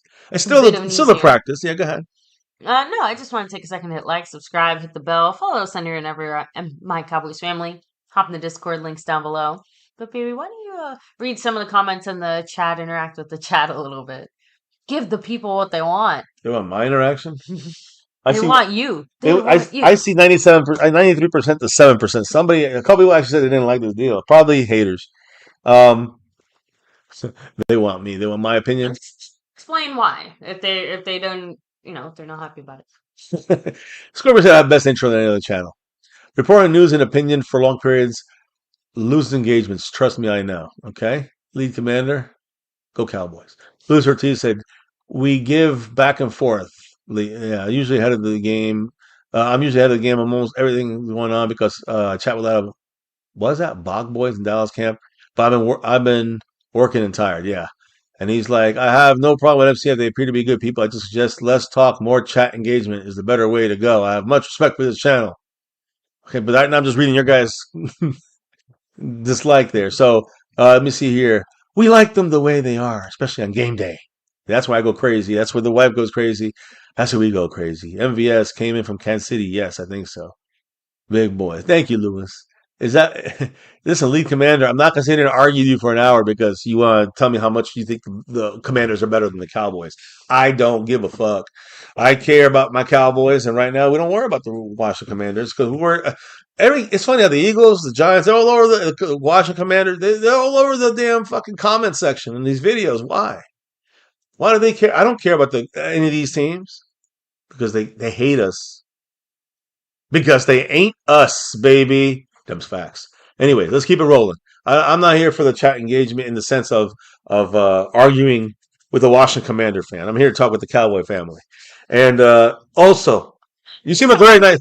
You seem like a very nice guy too. I like Lead Commander. He's always been here, but this is the way it works. If you want to catch my attention next time, sorry, man. You got. I know you're not gonna do it for a Cowboy channel, but you gotta drop the love from above. Anyways, let's get back to this because there's still a practice going on here that we got to talk about, and it was the Saints practice, the back and forth with the Saints fighting, which we discussed already, to lead Commanders' happiness there. But we have three great receivers. That's my point there, and we really have six very good. We have really eight good receivers. We had to drop two of them.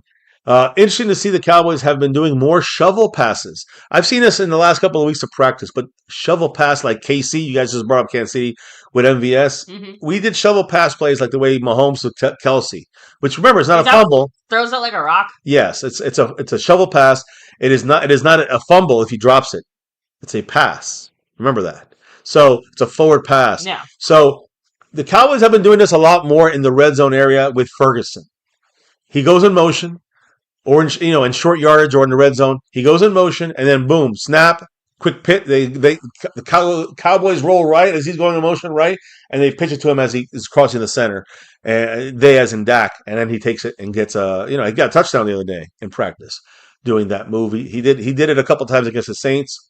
And one of the last things about the practice, the newest Cowboy, you know who that is. Some of your guys' favorites, so obviously 93% of your favorites. Von Miller. Yeah, Von Miller was in uniform, like I said, but not in full pads. He worked to the sideline doing individual drills throughout the practice. He was also wearing number 40. This is important now. This is the ending here, but this is the important part. He's wearing number 40, which belongs to fullback Hunter Lipke. Right now, as we speak, probably. Von Miller is negotiating, he says. He's not interested in number 58. He said, quote, that's a Denver thing. He's leaving that in Denver, 58. I said that earlier. Uh-huh. But he doesn't want to wear number 94 because he believes it belongs to, one of his best friends there and Cowboy legend, DeMarcus Ware. So I appreciate that. I appreciate Von Miller being real about that. Respectful. But he wants that 40. He's trying to make that 40. It sounds funny. But let me just say one thing. This was, again, the Cowboys have the final training camp practice in California on Thursday, tomorrow. And then the Cowboys go to Arizona on Friday for the second preseason game, which they play on Saturday. They return to Dallas on Sunday. That's the schedule for this. And I'm pretty sure Tuesday and Wednesday at 6 to 8 are the open practices at the Star in Frisco. That's it. And then it's cut down day after the last preseason game, which is a home game. Who is it against? I think Jacksonville or someone? I don't know. Here it is. It's a home game against the Saints. Hey, it's our buddy the Saints. We can see the Saints and fight them in Kellen Moore. That's our last preseason game. So anyways, there's a couple of last things I'm going to bring up here regarding chicken. But before we get to the Von Miller's comments, baby, why don't you get to what some of our position coach, I'll say our coordinators said. And I'm specifically saying our defensive coordinator and our offensive coordinator. Our defensive coordinator, Christian Parker, what did he have to say about, how much work he puts into this thing? And he puts in a lot of time and effort and work on this Cowboy team. What did he say about his work ethics and his job here in Dallas? Well, he was asked, are you sleeping enough? He said, I don't even want to talk about that. It's not something I'm necessarily proud of. But the job has to get done, and you kind of go down a rabbit hole sometimes. You look up at the clock, and you missed that time. You try to get as much preparation as you can during the week, and then just catch up at the end. Yeah. I'm telling you, I understand to some extent. That's now, What about our offensive coordinator? He had some quick words to say. Interesting, different words. Baby, why don't you read up what he said? Because the Cowboy team wanted a hot dog fridge. Usually you ask people, vanilla or chocolate. I guess we should have asked the Cowboys hot dog or hamburger. Glizzy? I guess they're all about them glizzies. Clayton Adams said, "Oh, it's something I've been working on here as far as trying to get the hot dog fridge. How can you really have a break room or a snack room if you don't have a hot dog fridge? Oh my God. And if you're going to have a hot dog fridge, you have to have high quality hot dogs in it. And if you're going to have high quality hot dogs, well, we have to get the brioche buns and, maybe some pretzel buns. Oh my God. These are all things I'm working on. Maybe like an industrial size 7-Eleven hot dog roller. I don't know, but these are just things that roll around in the back of my mind. Wow, he's a hungry One of guy. the things I learned from going to Disneyland with my kids, because I was trying to steam the bun. I was trying to toast the bun, and the guy at Disneyland goes, "Nah, man. Put it in the bun, and you wrap it in foil. Let the hot dog steam the bun." It's been revolutionary. Baby, what do you think? Say it. Say it. I know you know. Say it. I don't like soggy buns. I don't like soggy buns, and I cannot. Leave them toasted, crispy. Crispy buns, huh? Yes. Also, there you go. Clayton Adams what likes the fuck? Obviously, in his mind is a lot of food talk. I'm gonna leave it at that. You know what? Is this? You said that we got rid of all the bullshit or something last year, right? Is this the way? This is the worst bullshit we're getting. The young generation likes to be entertained with glizzies. Yeah, glizzies. All right. Hey. Now, I'm just not a hot dog person, so maybe I don't get it. But if they like it, I love it for them. So, just finishing up, guys. A thing here I wanted to say. It kind of leads me at the end of practice, and also leads me to the chicken, and also leads me to one little last tidbit of information, which I think we all should be kind of weary about. You'll see the video posted maybe tonight, maybe tomorrow morning. But before I go into that, I do want to say one thing before we leave the practice mindset. The new unofficial depth chart came out, and everybody on it is where they're supposed to be on offense. I'm trying to look here. Brevin Spanford would be our backup tight end right now, with Luke Schoonmaker and Michael Trigg behind them. Receivers, like I said, guys, Pickens, Ceedee, and Flournoy, Mingo, I'm sorry. I looked around. Milton, Turpin, Mingo, and Camden Brown officially is not moved up. Marcus Valdes-Scantling is still the sixth guy, with Camden Brown dropping it. He's still at 7, with Jordan Houston and Anthony Smith there, finishing up that with Jaden Smith and a couple other, Tyler Johnson, Trayshawn Holden now cut, so he's off the list. But that's pretty. And Hunter Lipke, number 40, still number 40. I'll explain more in a minute. At fullback. So the offense is the same. Defensively, we got Kenny and Q in the middle, right?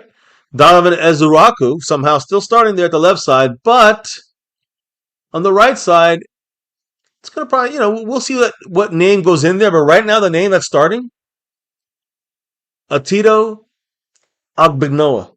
So this is a guy we picked up. He's the international player. And this guy, I'm hearing, might be the official quote-unquote run-stopping starter at the edge. So keep that in mind. That's huge for the international player community, so to speak. And I do want to say, edge, this is a 3-4 defense. So this is all three guys I just mentioned. We're talking about interior defensive linemen. Kenny Clark will be the nose tackle. Quinton Williams will be like the 3-tech. And Otto will be like the 3-tech, 4-tech guy. Maybe a 5, I don't know. But then we got the 5-tech guys. We go outside of them, which will be the outside linebackers. And those guys will be Donovan Ezuraku, Malachi Lawrence, Maurice Leofau, Sam Williams, Rashawn Gary, Von Miller, James Houston, Isaiah Land. So a lot of names there at the pass rushing side. Depth-wise, starting-wise, whatever. Now, when I look at depth at the 3 defensive tackle spots, I see names like Jay Toia, who I think is a solid interior backup. You got L.T. Overton, a rookie, 6th-rounder, I think. You got Jonathan Bullard, who was a guy that didn't really practice his last day here. DJ Withers, Tommy Dunn, Kelvin Gilliam. These guys are probably practice squatters. So I think we got our 5 or 6 interior guys, at least 5. I'm pretty sure we got a good amount of. We gotta have to keep 7 pass rushers in my mind. Then we drop the linebackers, Overshone and D. Winters. Everyone forgets about number 53, D. Winters. He's going to start. So he had 100+ tackles last year with San Francisco. D. Winters, Demarion Overshone are the starters, with Shamar James and the rookie Jay Sean Barham as the backups. Langston, Patterson, Justin Barron. He had those 3 picks against the Rams. Those are the third stringers, and then Curtis Robinson and is the only other guy left. He'll probably be cut or a practice squad type guy. And the defensive backs there. Siobhan Ravel, of course, technically the starter right now. I mean, he didn't play. They're saying him or Durant would be running in there as the starting cornerback with Deron Bland as the other cornerback. The third guy is Kalen Carson, which is kind of like we'll see what happens about that because you still got Josh Butler coming back from injury. You got Devin Moore coming back from a little bit of a banged up a little bit. I want to see more from Moore, and then you got Turquise Bridges, which to me Turquise Bridges had a bad game. Amir Speed, we know he's got more second string reps, so he's moving up the board as well, jumping over Bridges. So that sounded funny, jumping over Bridges. Anyways, that's kind of the defense of the cornerbacks and the safeties. All right. You got, of course, Jalen Thompson, Malik Hooker. Caleb Downs, the third safety, but we know he's playing slot. He moves to the slot. There's no slot showing because it's 3-4, but he's our slot guy. He's our nickel cornerback. He's our man there in the secondary. So Caleb Downs in there, quote unquote third guy, but the starters at actual safety, Jalen Thompson, who had a pick, Malik Hooker, who had a pick. PJ Locke had great defense. He's our third stringer. We got him from the Broncos. He's number one. Like I told you, Caleb Downs playing the nickel cornerback slots position there. Zion Childress just got back in the mix. We'll see if he can give Marquise Bell a run because he seems to be at the bad end of these plays, Marquise Bell. And he's he's our third stringer. And if you go down to fourth stringer, you see Elijah Clark, who did it right, and Julius Wood, who had a damn good game against the Seattle Seahawks. So our defense is pretty good, I think. It's pretty rounded out, pretty good so far. We'll have to just see the next 2 games and the next 2 weeks of practice and see what the cuts are going to be. When it comes to special teams, of course, you got Aubrey, you got Brian Anger, and you got Trent Zieg, the snappers. We got the returners are still Cavante Turpin. I'm sorry, on both kick and punt return. Jaden Blue on kickoff returns with Malik Davis behind him. No Jaden Blue this week, so you're going to see Malik Davis probably doing a lot of the returns. On kickoffs, on punt returns, you got Caleb Downs as the number 2 guy. And, I don't see you're going to see Caleb Downs returning many punts in the regular season. Forget about preseason. The third guy, Jonathan Mingo. You might see maybe he'll have to return some punts to try to make this team in that way because he's doing good as far as tackling is concerned. The fourth guy on the list on returns was Trayshawn Holden. Yeah, he's off the team. So anyways, on that note, baby, I kind of been I wanted to kind of save the ending for this one little moment. Everybody in the house, much love. By the way, there's people trying to wreck the poll here.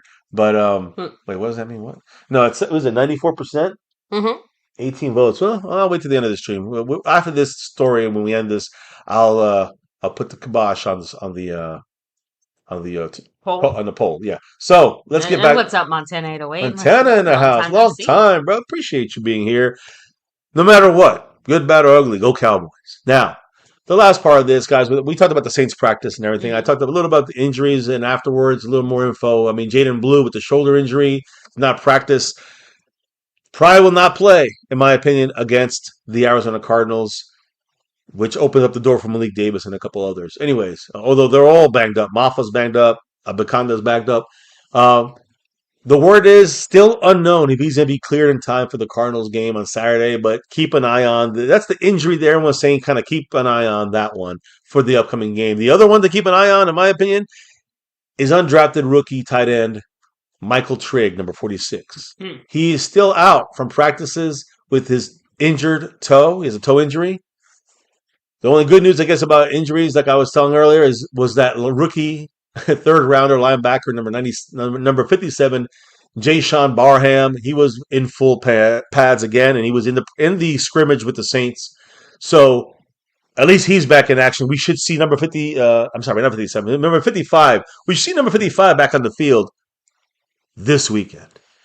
And now the last part of things here, finish after practice, was the discussion that was said with and had with, already spoken about multiple times, the main guy of the stream, Von Miller. All right? Now, we already discussed that he's not the player he used to be, all that good stuff, but he wants that 40. He don't want 58 because that one, he left that, basically retired in Denver.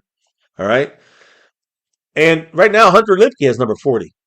So Von Miller, after practice today or yesterday, said that he offered Hunter Lipke basically a lifetime supply of chicken to get that number 40 onto his jersey.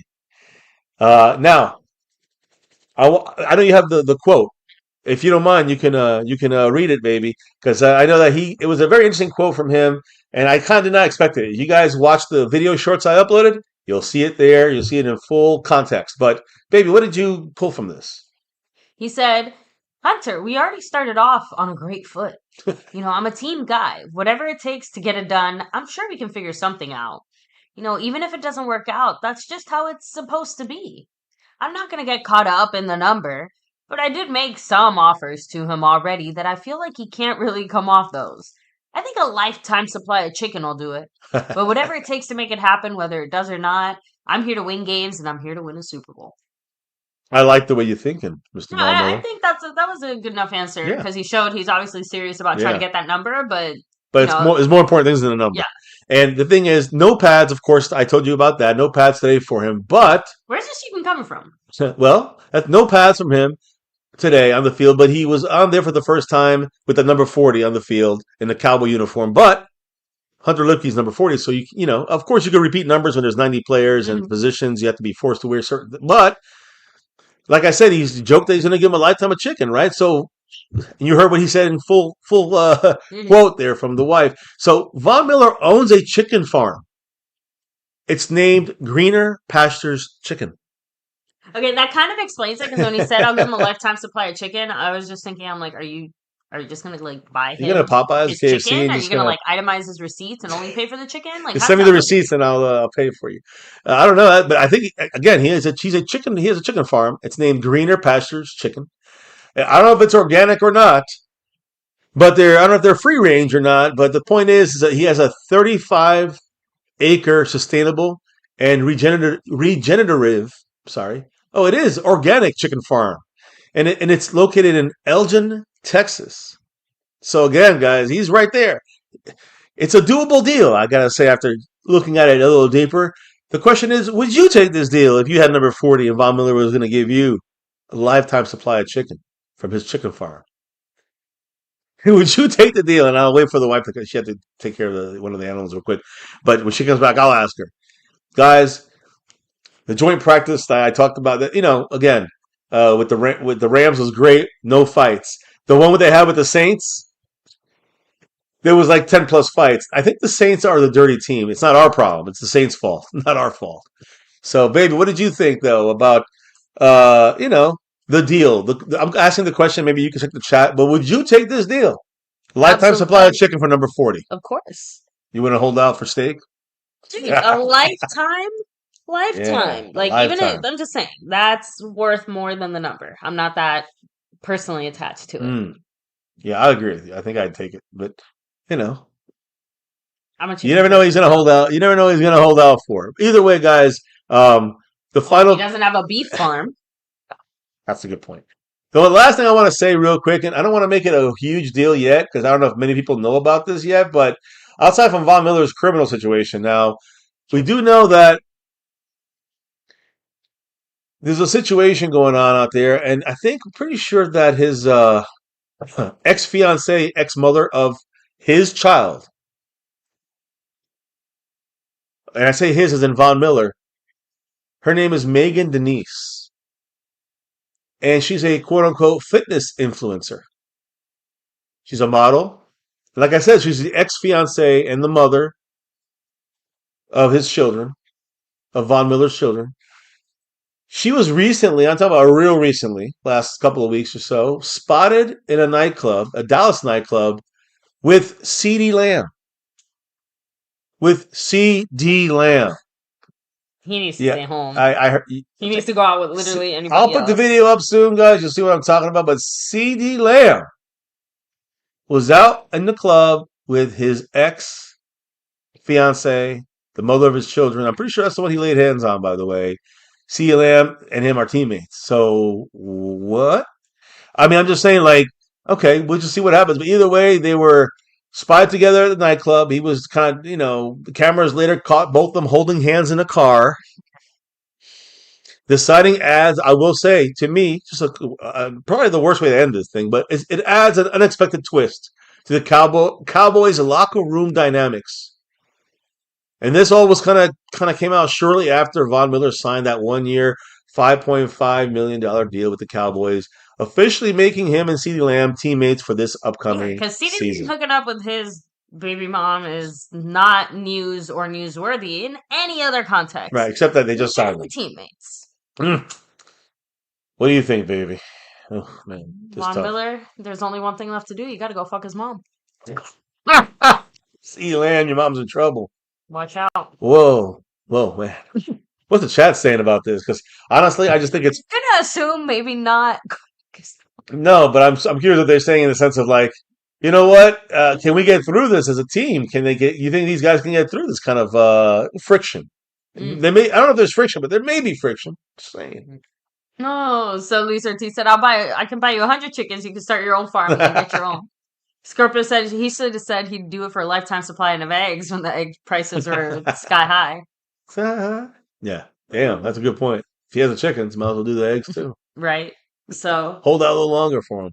But again, for the situation with Von Miller and his ex baby mama, I guess, ex fiance, out there in the clubs with his with CeeDee Lamb. It's a little uncomfortable. I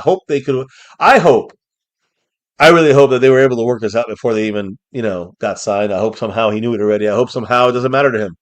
I just hope it's not a big deal for him. But it's hard when you got to ask CeeDee how your kid's doing. I mean, I feel like even.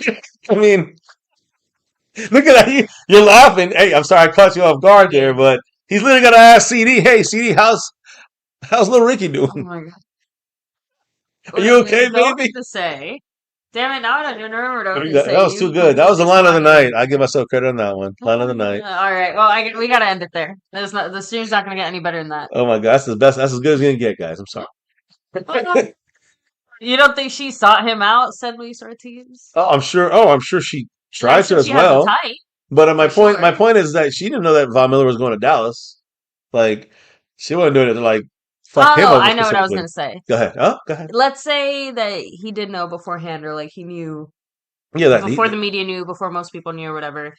Yeah, that means it's all good. It's still a really uncomfortable, awkward position, because even if he was somehow super cool with it, everyone's kind of talking about it now. Everybody knows. It's like it's very different being cool with it behind the scenes and then having to like actually be cool with it in front of cameras and in front of people, or it's cool now, but CeeDee Lamb drops a few too many passes, or Von Miller, gonna show up a couple times, slacking. Who knows? Like, I'm just saying, like, all it takes is one situation for all of that, let's say, spill out dirtier, to come spilling out. Yeah. Damn. Yeah, I never thought of it like that. You're right. God damn. I don't like that, but you're right.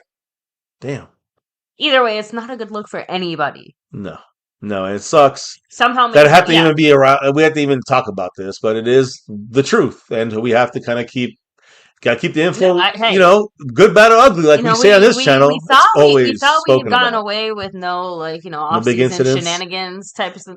Well, the good thing is Von Miller didn't punch him in the face, so we're not with the shenanigans yet. We said jinx that at the same time. That was for. That was just they're just practicing. That's right. Maybe CeeDee and Von Miller want to get into it. Von Miller was held out of that practice, but you never know. Maybe he was itching for a fight. Who knows? Either way, damn. Anybody say anything about that? Because that's crazy. So she knew. I see. So she's probably salty as fuck. Said Luis Ortiz. Yeah, Scorpio's like, how are my kids doing, CeeDee? You like that? I caught you off guard on that. So he also said if she was smart, she would have CeeDee signing helmets on eBay. Yeah, for her. I gotta see what her content creation. Like, there's only so much swag and merch you can pull out from that, sell on eBay before he starts getting suspicious. If that happens, then Von Miller's gonna be like, "Told you she was." He'll be like, "Man, bitch, how many kids you have?" Yeah, I mean, damn, just for the content creating portion of things, shit, that's lame. Anyways, let me end the poll, because out of 20 people we got, or 19 people, I think, 95% said great deal with the Von Miller signing. I agree. Hell yeah, I agree. Great. Again, we didn't hit the goal, but I do appreciate you guys that did drop the love from above, as we say here, on my Cowboys family. Then I got I see I got Von Miller there staring at me. Sorry, I wasn't looking at the screen. There he is, Good. he's off the screen.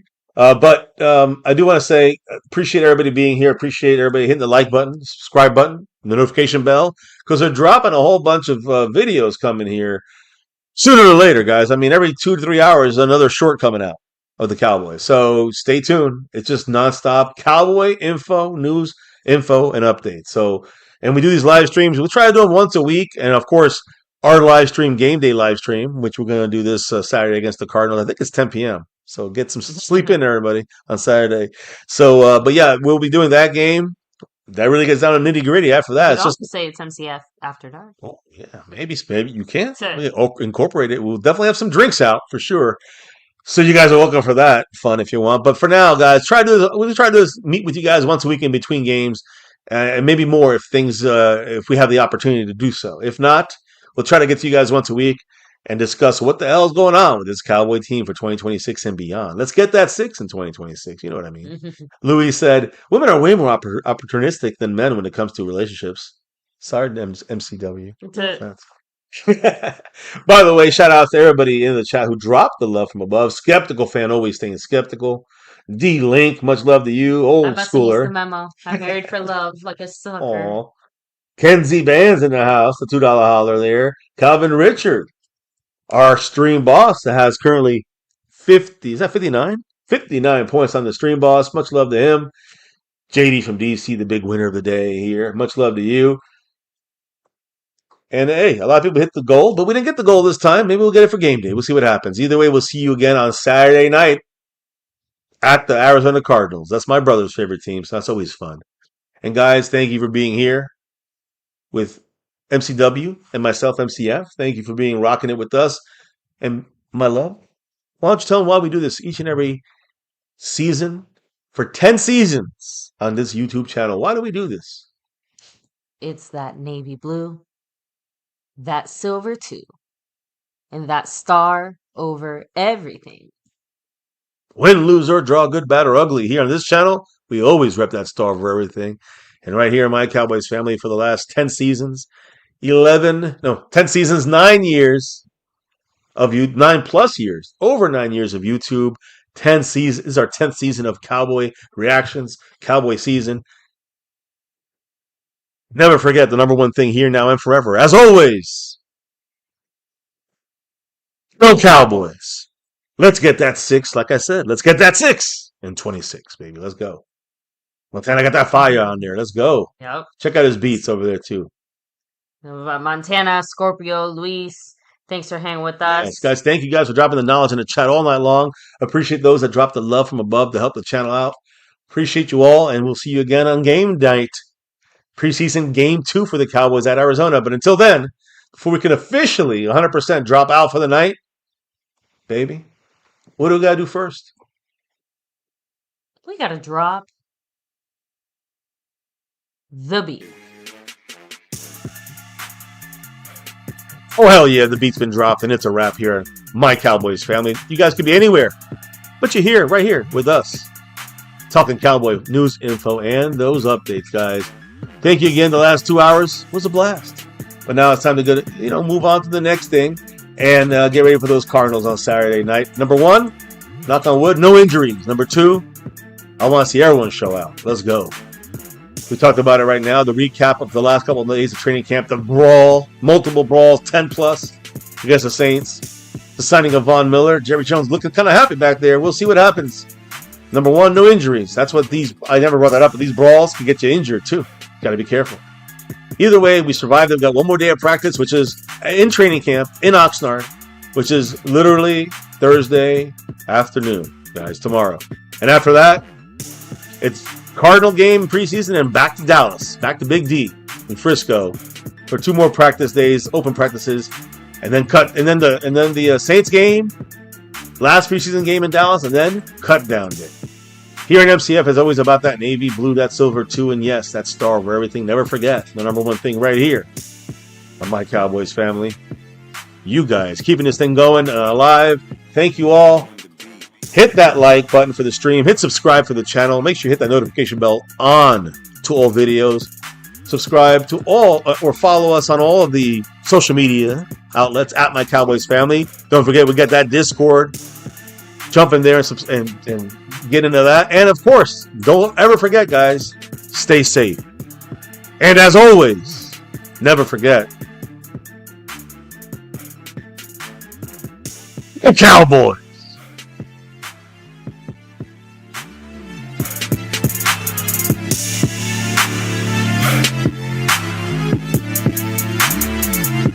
Monk on the beat.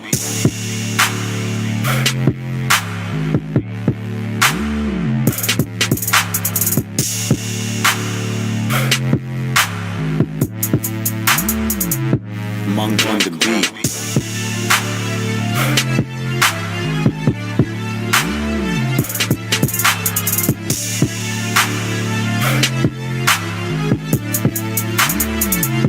Monk on the beat.